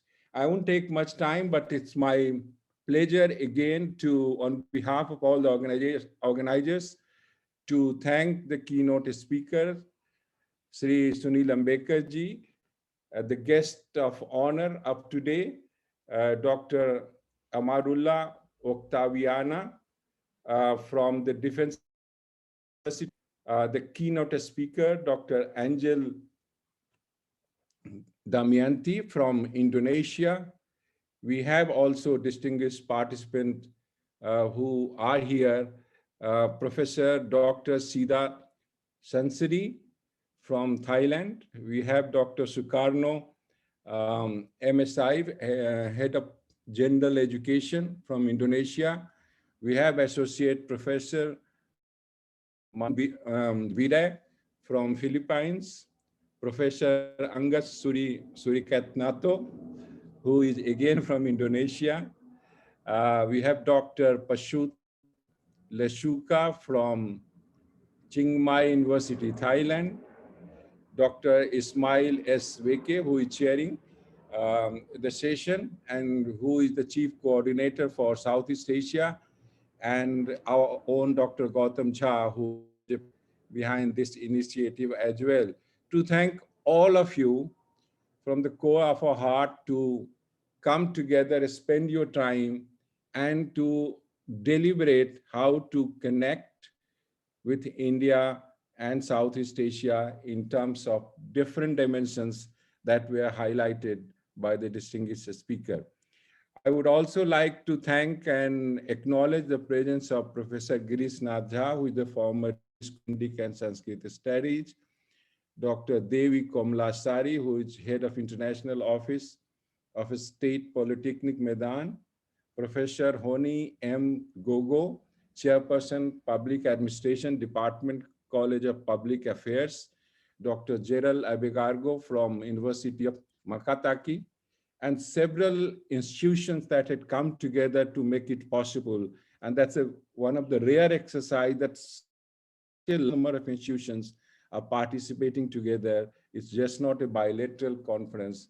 And I would like to acknowledge Jawaharlal Nehru University, National University of Laos, Vietnam, Western University of Phnom Penh, Cambodia, Manipur University, Imphal, Chiang Mai University, Thailand, University of Christian, Indonesia, Universitas 1745, Surabaya, Diwan Eskestuf Mahasiva, Facultas,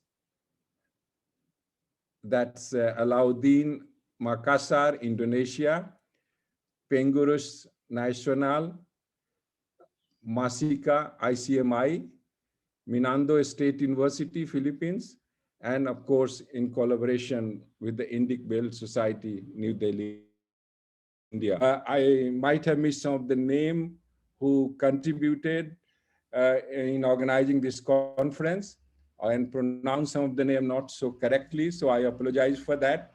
But once again, I would like to thank all the organizers, distinguished panelists, Dr. Gautam Jha, for continuously taking initiative to bring South Asia and India interaction on regular basis to bring together the community and to build on that, the common heritage that we have. And with this, once again, to chair Dr. Ismail S. Weke and distinguished keynote speaker Sunil Ambikar ji, I want to thank both of you once again for giving your time and conducting the session and informing us about your views on the subject. Thank you so much. Thank you, Prof.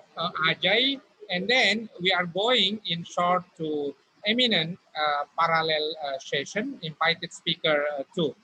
Prof. Ja, time is yours. Dr. Veke, and before I formally end the keynote session, I would like to again thank Professor Dube and our keynote speaker and Dr. Amrullah and Dr. Lizan, Dr. Shida, and all the speakers who participated. And your suggestions will be taken care, will be deliberated upon. And I request Dr. Sunil Ambikar ji that though a lot of things have been being done, but academically, with academic resource available in Southeast Asia and India, with their help, we can form a great energy resources, to basically unite all these countries together. And once we are all united, reunited, we can do a lot of work culturally, trade-wise, and everything. Thank you very much for everything. Now, going forward, now, Dr. Sunil Ambikar ji, if your time permits, you can remain with us or you can leave. And now I would like to go for the next eminent panel session that we have, though, because of the network issues, we took some panelists from the last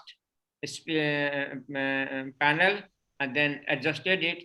Now, those whosoever is already there in this panel, now they are most welcome now.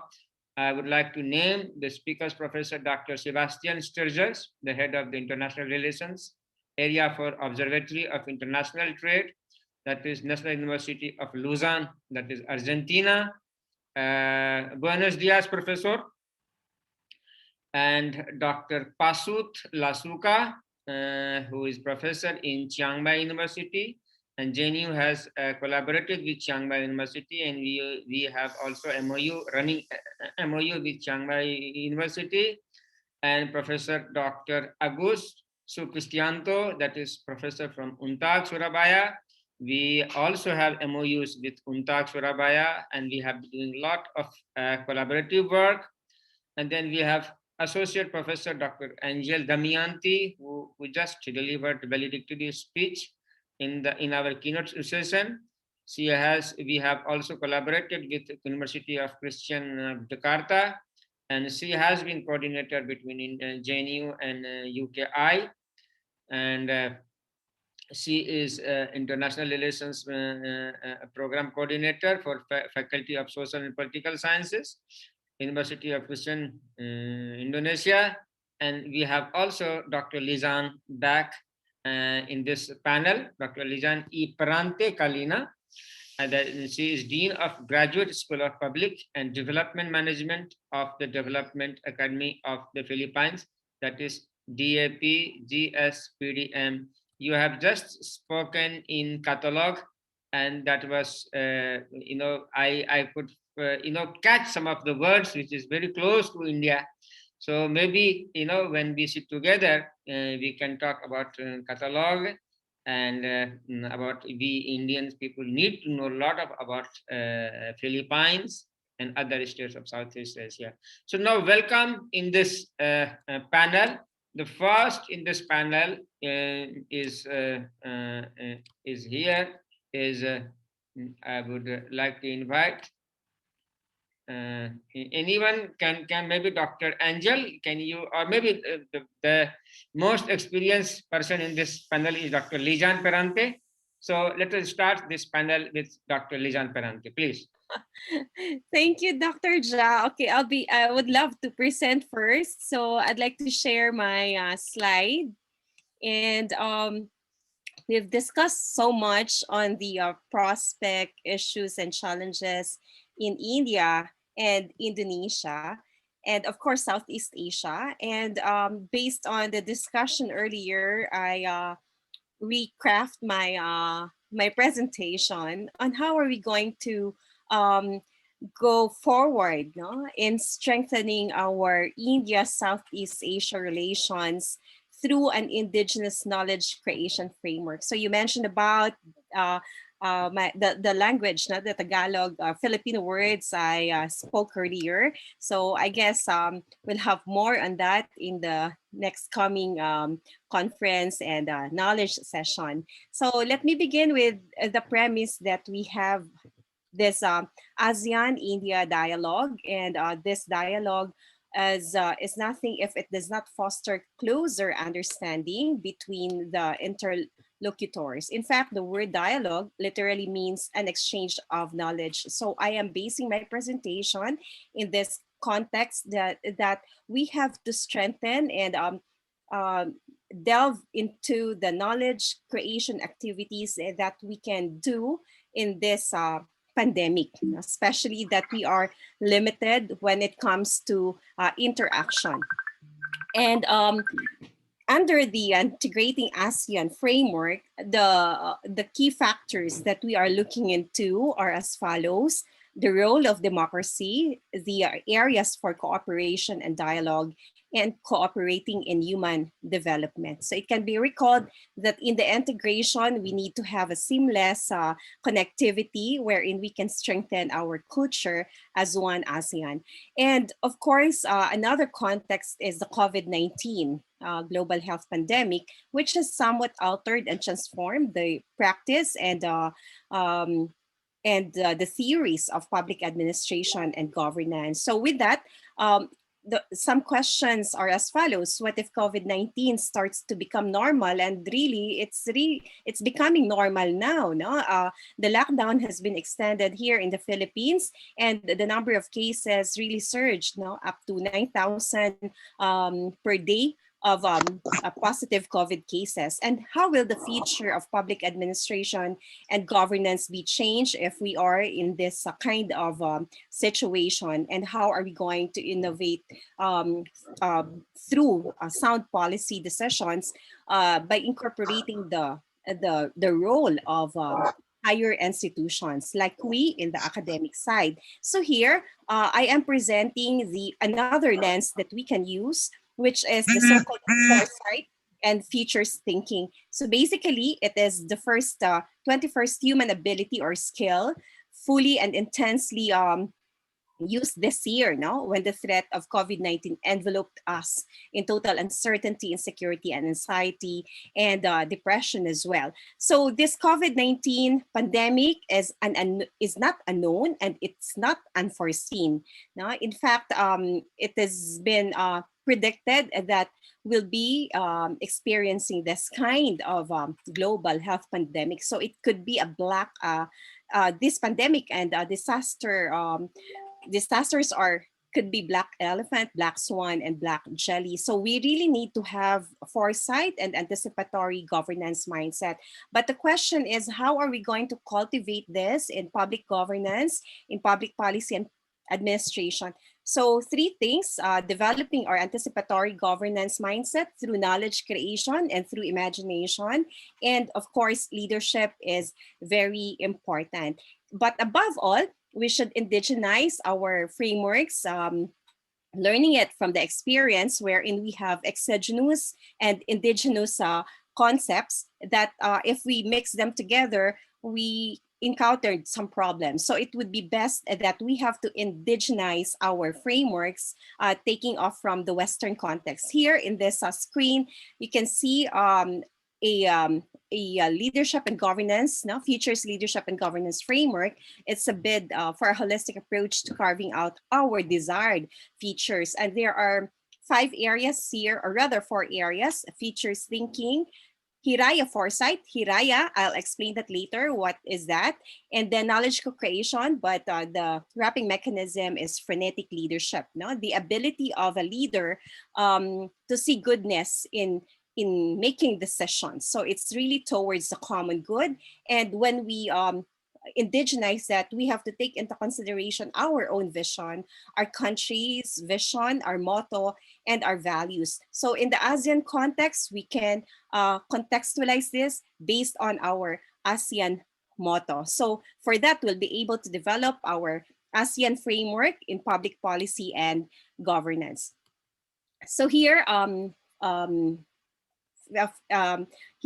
is about, it's a Filipino word which means fruit of one's hopes and dreams and aspirations. But how are we going to convert or operationalize that in public administration and policy? Again, it's an ancient word, and the only word that gives the potential of the future of tomorrow to illuminate on the present. In Filipino, it's kinabukasan, and it means future, and it glows and radiates because of some meaning significances. And Hiraya is a wish to someone, like saying, may you reach your dreams, may the wishes of your heart be granted, hope this COVID-19 comes to pass. And it's also a vision. Hiraya is a vision. It's collaborative and cooperative. So it's cooperation and collaboration. Likewise, Hiraya is anticipatory and agile leadership and governance. And it implies wisdom and ethics in action.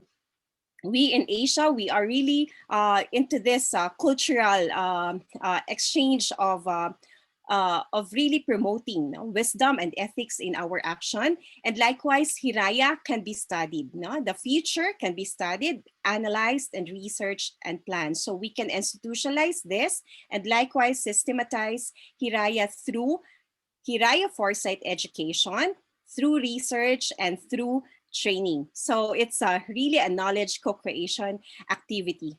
But equally important, it is a human ability as old as time, like our public administration and governance. It started in old civilization. So right now in the Philippines, just one of the best practices that we've been doing for the past few months, we've organized a Philippine Futures Thinking Society, which is also open for international members. And aside from that, we develop the competencies through education, a certificate course on futures thinking at the AP Graduate School.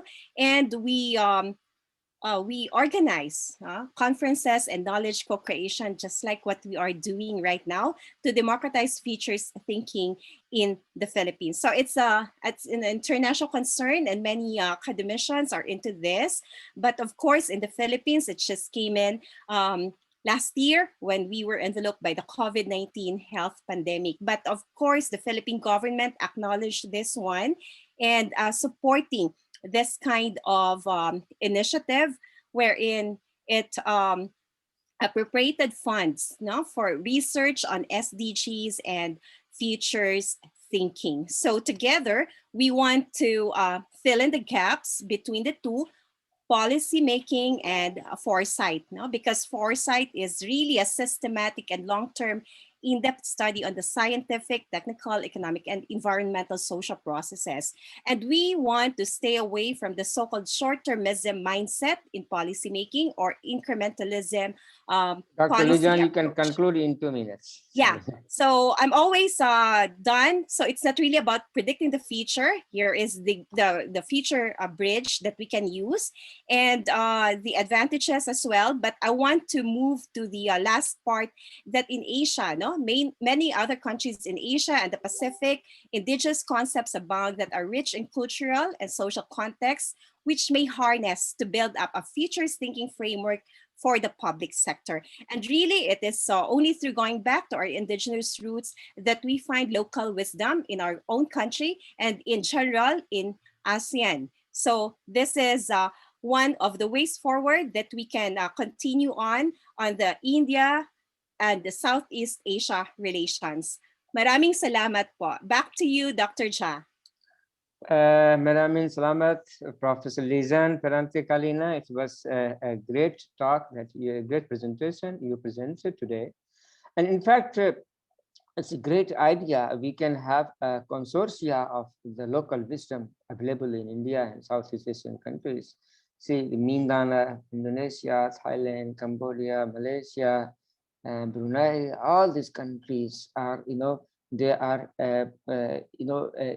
in different groups, different culture, numerous ethnicity, and each and every ethnicity has a different local wisdom. So having consortia of this local wisdom, this would be a great treasure.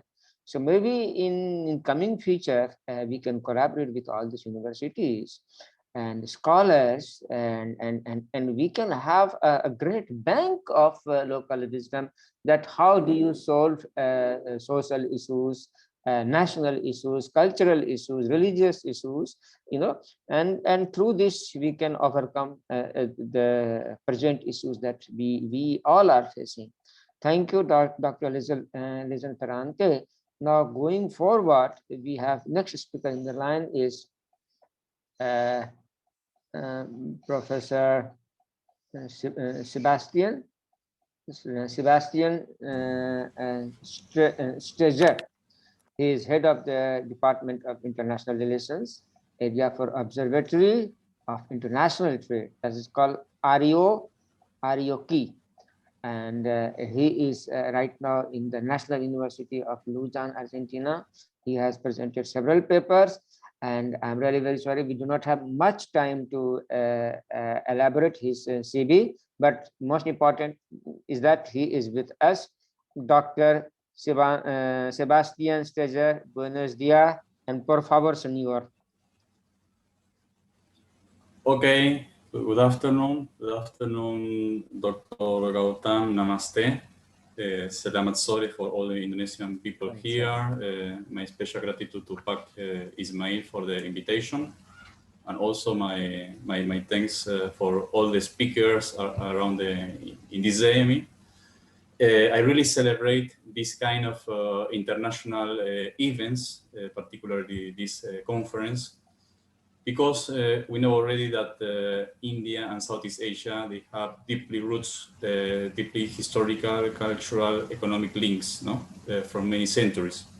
So it's very important, as you mentioned before, Dr. Gautam, as also Ms. Lisan before, just to mention some examples, how important is that both Southeast Asian region with these countries and India as well, they can join hands, join energy together in order to build a better developed region. Because what we were learning from apart from this pandemic, but also from the last years, is that we are living in a kind of uncertainty international arena about the international relations specifically. My background, by the way, is regarding to economic international trade, but also I was studying about Asia in general. I was studying the history, the culture, religion, international relations in all Asia. My main focus is Southeast Asia. By the way, right now I am in Indonesia, not in Argentina, but I am from Argentina right now. And what I can say very short, because I have short time, I want to take very short minutes to talk about the economics and international trade perspective about Southeast Asia and India in particular. Of course, we know already that the impact of the pandemic is in a global scale, no? And this was the example for India, for Southeast Asian countries. We can say maybe that there are a few examples that not so affected economies in Southeast Asia. But one of the things that the businessmen, the entrepreneurship, they should learn from this moment is that it's necessary. Sorry, I'm not going to use the phone. Can you hear me? Yes. Okay, because I have some problem with the echo. What I want to say is that one of the things that regarding the international trade is the more restricted regulations that are going to come from the developed world, developed countries, namely United States, North America, I mean, also Europe, but also we can say the same thing from So what is important is from Indian companies as well as Southeast Asian companies. And also this, I want to share my opinion, also for the students, I mean the future generation of the business people, no? That also in India and Southeast Asia. One of the things that technology, it was already making a big acceleration, a rapid growth in the last year. And if we think about the possibilities for creating new businesses, and particularly talk about the possibility of joining hands, India and ASEAN countries, no? ASEAN bloc, I want to particularly emphasize the technology for the two different areas. One is for the city, for the urban. For this particularly, we were reading maybe about the smart cities concept, and also for the rural area, particularly all regarding the agri-tech or the technology related to the agricultural solutions.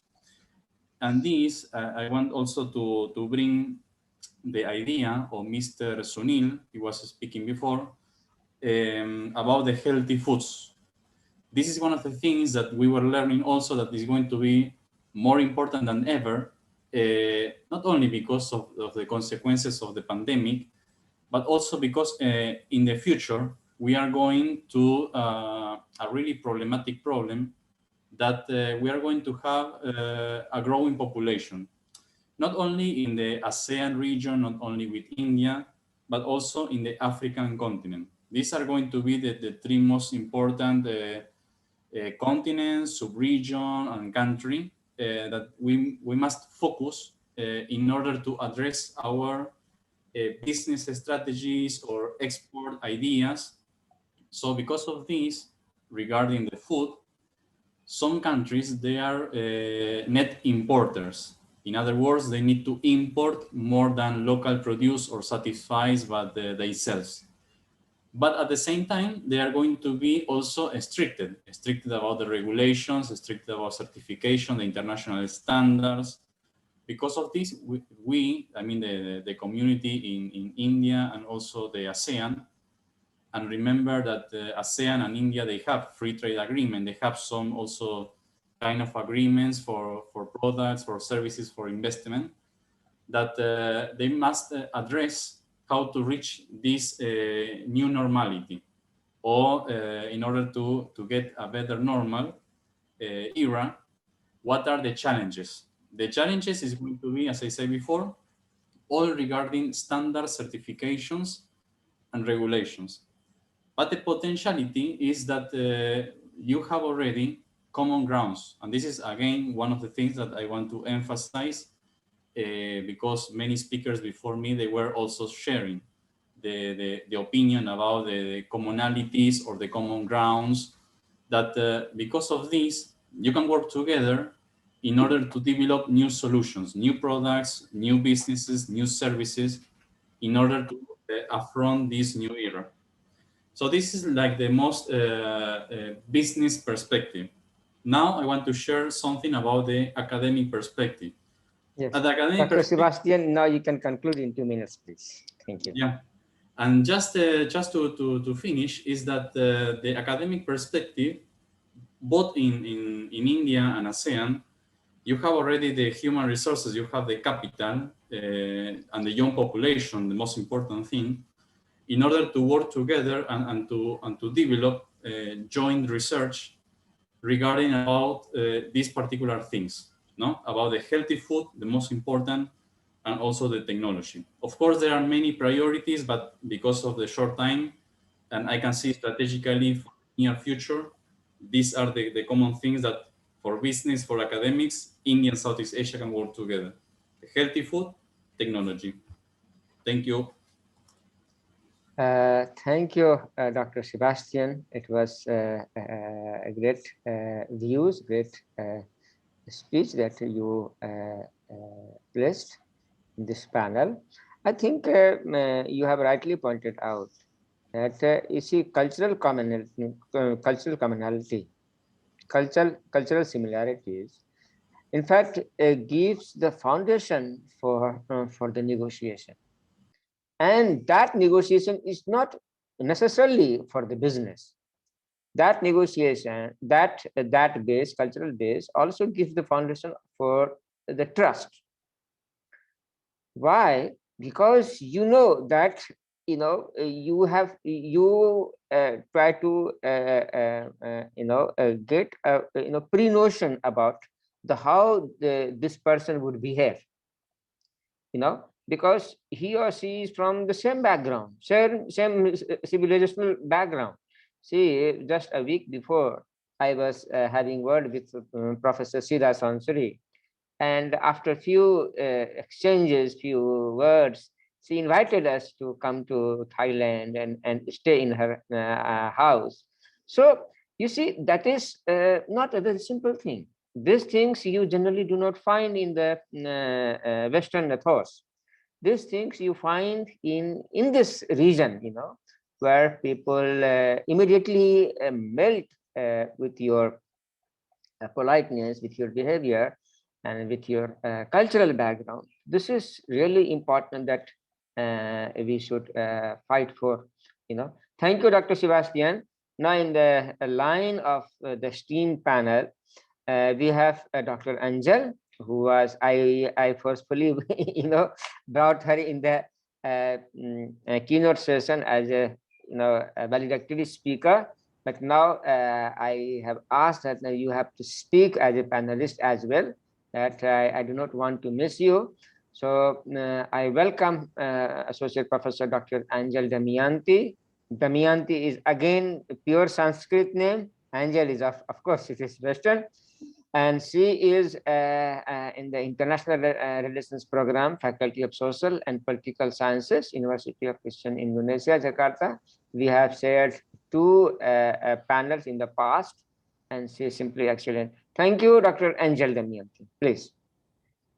Yes, thank you so much, Dr. Gautam, and all honorable presenters or speakers. And I'm so sorry. I was sorry because my network was very pure this afternoon, but hopefully now I can get better network for the Wi-Fi. But still, Dr. Ismail, can you please make me the co-host so that I can share my slides? Well, I tried to give a presentation about how India and Indonesia can cooperate in the maritime, as this maritime area is very significant and then very relevant to be in a very good cooperation. So yes, Dr. Ismail, are you there? Okay, what I can say that India and Indonesia, as Professor Sida has mentioned earlier, that India brought a lot of influence and very good influence, so that India and Indonesia also have a very good relationship from the ancient time to the current days. These countries have a very constructive relationship socially and culturally. You just mentioned also about Ramayana, Mahabharata, and many Indonesian people got their name from the Sanskrit word, like my name Damayanti, and also a lot of name in Indonesian, like name Sri or Devi or some like many others. So yes, socially and culturally, India and Indonesia have a very, very constructive relationship. And Indian travelers and priests also brought the religion of Hindu, Buddha, and Islam to Indonesia. And in economics, in terms of economics, India and Indonesia are key partners. Indonesia is the largest trading partners in Southeast Asia region, and India is the 4th export destination for Indonesia. And politically, India and Indonesia also have supported each other since the independence days. And we also, our founding fathers, Nehru, Jawaharlal Nehru, and Sukarno is also, they contributed a very big role in the creation of non-aligned movement and in Asian African Conference. And to the current days, we also both are democratic countries and have a very lot of cooperation. And moreover, with the dynamics of international relations, international systems, and globalization, we can also conclude that, okay, now I can share my slide here. Wait a minute. Just a minute. Okay, wait. Oops, sorry. I'm sorry. I think I missed it.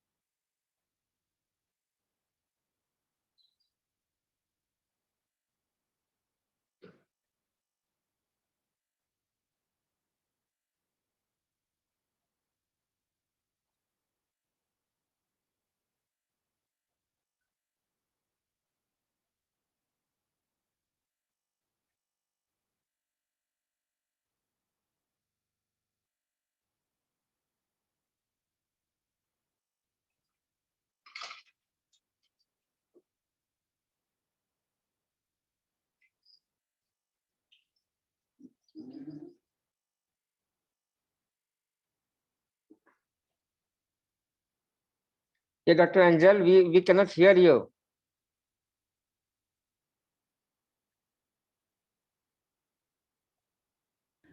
Okay. Hello. Yeah, Can you yeah. hear me Now now? we can. Yeah, now we can hear you. Please. Sorry. So I think No I missed problem. the presentation. Okay, what I can say that India and Indonesia hold a very important roles, not only due to their size in terms of population and economic and their role in the region, India in South Asia and Indonesia in Southeast Asia, but also these countries lie in the maritime area that are very vital for the strategic role. We can name it Indian Ocean, Malacca Straits, and the Pacific Oceans. And these waters are very important for their sea lanes of communication and sea-based trade route. And not to mention the abundance of natural resources, oil and gas reserves and fisheries and other aquatic products that also, of course, gives many advantages for India and Indonesia.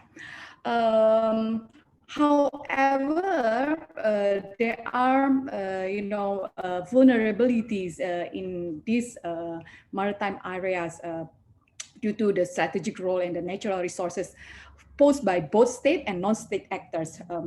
We can see that India and Indonesia have to deal with traditional and non-traditional threats that come from both states and non-state actors. Threats from non-state actors come from in the form of sea piracy, for example, or transnational crime organization, or terrorist groups such as in Sulu and Sulawesi Island, and some other issues that come from state actor is such as the case of overlapping claims on South China Sea and East China Seas, as well as the numbers of sea piracy attacks in Indian Ocean and Pacific Ocean, particularly in the Malacca Strait. Okay, and then following the significant role of maritime areas, then many littoral states, including India and Indonesia, then published their maritime policy and naval strategy. India, for example, with the Act East policy, China with the Belt and Road Initiative, US and its quadrilateral partners with the Free and Open Indo-Pacific, and Indonesia with Global Maritime Fulcrum. With such various and different national interests and respective naval strategy, then every country may consider this strategy as a threat on each other's defense strategy. So that my presentation concludes that all littoral states in Indo-Pacific region need a joint regulatory arrangement and joint mechanism, the tension due to threat perception. So again, I absolutely agree with His Excellency Sri Sunil Ambikar mentioning that amongst all differences, we need to find out the communalities and or common interests between countries to reach a peaceful and stable international system. Therefore, I suggest that Blue Economy is a collaboration platform on sustainable environment and development and on the marine basis, and then marine research and prevention acts initiative are vital to be organized. So that I propose in such platform, ASEAN with all of its mechanism mentioned, like ASEAN Maritime Forum or ASEAN +3, ASEAN +6, in which India joined in this forum, ASEAN Defense Ministerial Meeting, and ASEAN Regional Forum can be utilized to provide this platform. So that this is all that I can share. So perhaps we can go further in a discussion or question and answer. Thank you. Back to Dr. Gautam.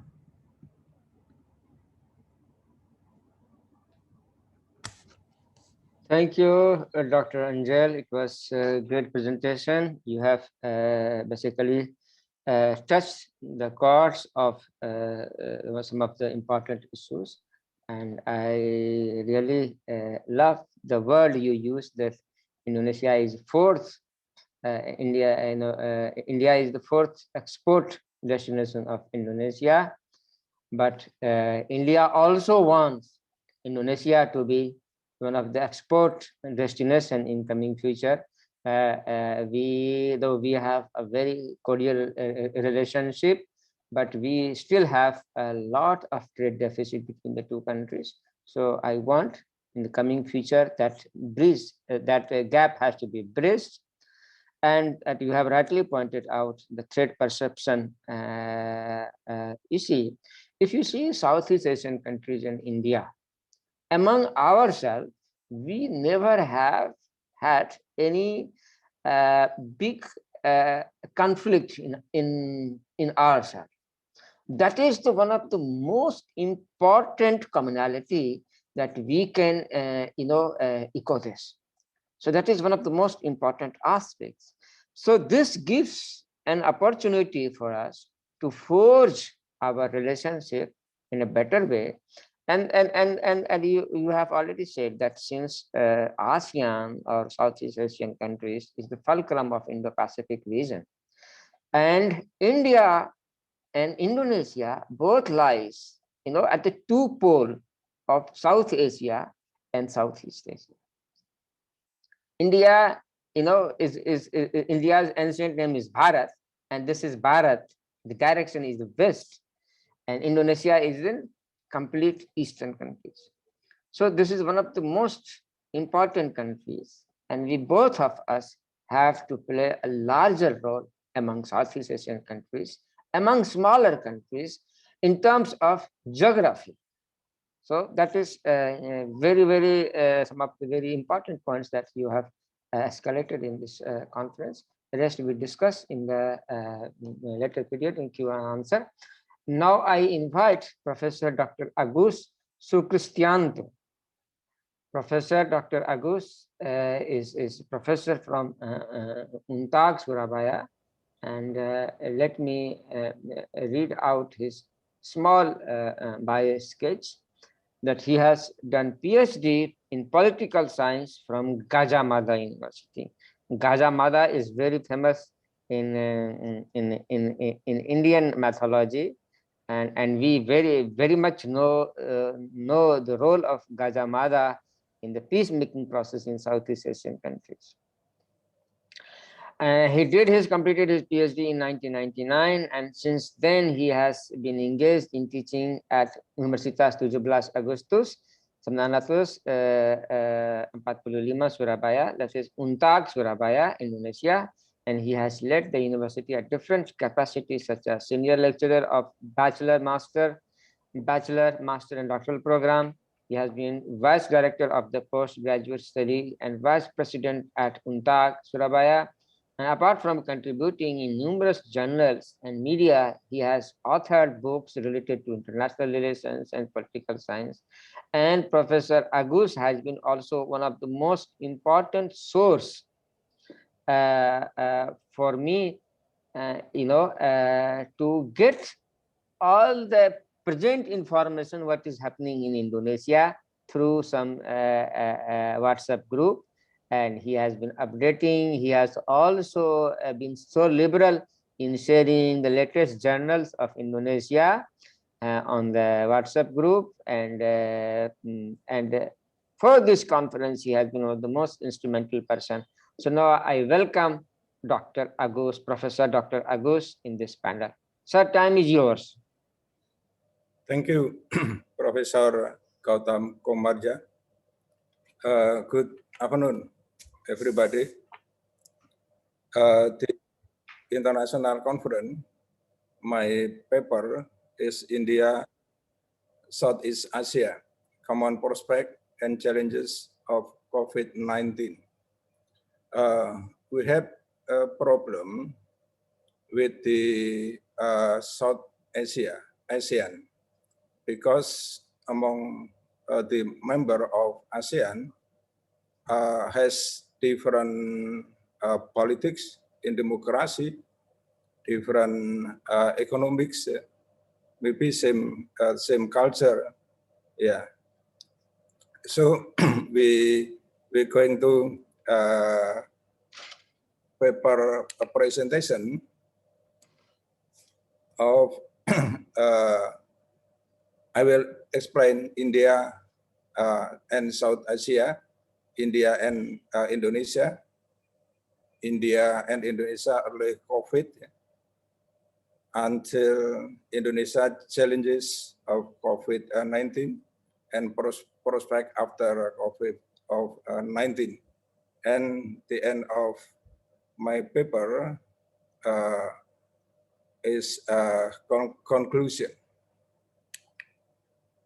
India and South Asia. Southeast Asia was under Indian influence starting around 200 BC until around of the 15th century. This map, I can show you how the Hindu-Buddhist influence and was absorbed by local politics, by kingdom in southeast coast of India subcontinent, trades, culturally, political relation with South Asia kingdom in Burma, Thailand, Indonesia, Malaysia, Peninsula, Philippines, Cambodia, and Champa. This led to Indianization and synchronization of Southeast Asia. Within Indonesia, South Asia policy, where the Indonesia Buddha, Malaya politics, city-states, and confederasi. India had also cultural, political relation with Burma, Thailand, Indonesia, Malaysia, and Cambodia. This is the ancient link between India and Indonesia. The color with the expansion routes of India to Burma, Thailand, Cambodia, Indonesia, and some of other states. India culture and religion have a major Indian influence. Was mentioned in a culture, religion, arts, and many other things. So I moved to India, Indonesia in early COVID. COVID-19 Indonesia was announced on March 2, 2020 by the President of Jokowi. Jakarta and Depok have become the epicenter. It is early transmission, about 50 cases here. And virus quickly spread to all 34 countries with more than 450,000 cases here.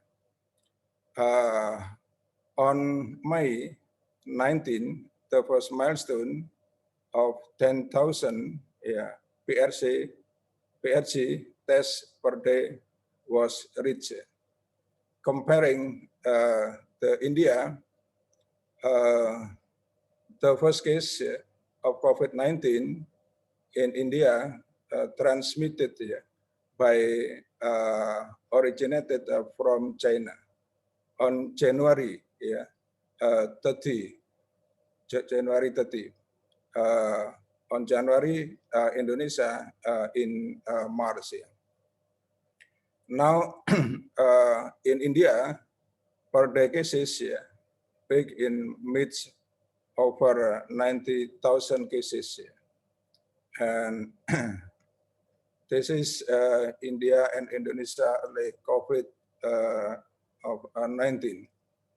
India and Indonesia cases and vaccine progress update. Indonesia cases update on March 26 confirmed with the number you can read this here and the death of people and the recovery 1.3 up to 1.3 million. Indonesia vaccine progress updated in 23 of March. We have first doses administered and second doses administered. This is more doses doses per 100 people, 3.64. Total population 242 million. It's up to 242 million. Professor Agus, comparing 2 minutes more, sir. Yeah. India cases update in 26th of March. This is confirmed. India beating Indonesia. I think India and Indonesia is more up and down. The cases and the death of people about virus. Indonesia has challenges of COVID-19. There are many problems. This is the problem, how the government to intervention about the health of system, and the government respond to make quickly to respond it, and the number of fatality rates is more high. How to intervention the government and the small scale of testing, then compare with the another states, especially the developed country, and many cases are not detected. We didn't lockdown. We have a restricted area, and the death of specialist doctor is many, too many, and the final we are archaeological stage here. How the vaccine will be delivered to the many area in Indonesia, many island in Indonesia. That is the problem with our face of COVID-19. How we can overcome? I think from one and the end of element will be intervention by the government of Indonesia. Indonesia after COVID, prospect after COVID-19, we have a very optimistic in the middle of COVID. The increasing of investment is more and more. And my conclusion, the first India influence is particularly strong in South Asia, including Indonesia, both in terms of religion, culture, art, and language. Indonesia, India have the same problem of COVID. It is also Asia and all over the world, not only India and Indonesia, and many countries face of COVID-19. Indonesia, India, and some countries in Asia must strive to overcome COVID-19. Indonesia has very optimistic handling COVID-19 and economically make stronger in the period of COVID-19. There is increased investment. Thank you, Professor Gautam. Thank you, Prof. Agus. It was excellent presentation, and I'm sorry I interrupted you because of the time. We don't have much time. And your presentation, I think, highlighted how both the countries can collaborate in terms of overcome the pandemic. I think also escalated by Dr. Lizan, Dr. Sida, and other eminent personalities, that we all can contribute in future to overcome such menace that our countries are facing. Now, going forward, we have next speaker, Dr. Pasut Lasuka. Dr. Lasuka is PhD, and he's assistant professor and associate dean in the School of Educational Strategies and Initiative. He is the director of Integrative Center for Humanities Innovation and Faculty of Humanities at Chiang Mai University. JNU has signed MOU with Chiang Mai University last year, and since then this is our first collaborative approach. And Dr. Pasut Lasuka, mic is yours. Thank you very much, Dr. Gautam, for inviting me. I hope everyone can hear me well. I have to apologize that I'm very new for this forum. So what I'm going to speak in a very short time will be from my own kind of personal experience and from my kind of contextual positions working in Chiang Mai universities in Thailand. So I'm just, let me just bring up this slide real quick. Okay, I hope everyone can see the slides. Okay, so let me explain a little bit about myself first. I was originally trained in the area studies of, basically the kind of very small area of mainland Southeast Asian studies, working in literature and literary and cultural studies. And right now I'm working as a director of the Integrative Center for Humanities Innovation in Chiang Mai Universities. What we are actually doing at the center is trying to find the way in which the skills and knowledge of humanities can address more effectively to the challenges and the problems that the global society is facing at the moment. And one of the themes is the environmental crisis that I think many parts of Southeast Asia, as well as India and South Asia in general, are also struggling with as well. So I'm just going to kind of, briefly point out my idea, initial ideas about this. So I title my slide as two regions under the same hazy sky: India, Thailand, and Southeast Asia. This is, when we speak about area studies, particularly in the Thai context, South Asia, India in particular, or Southeast Asia seems to be thought of about these two areas in a separate. So, for example, in our Faculty of Humanities and also elsewhere in Thailand, I think in Thammasat and elsewhere in Chulalongkorn universities, these two areas are kind of very separated. We can talk about the history of why these two areas get separated, or how does it form in a very kind of lengthy conversation. But I'm just going to kind of point out real quick that still at the moment, the two area studies are still separate in Thailand. And this forum is very productive for me, just kind of to think through what would be the kind of common grounds or common challenge that both countries in South Asia, as well as India in general, are facing. And one of the things that we find is actually really close to my hometown, where I'm working in Chiang Mai University, province of Chiang Mai, the northern Thailand. This is the problem that we are facing probably around 10 or 15 years already. All these haze and smoke that come both from the bushfire on the mountains.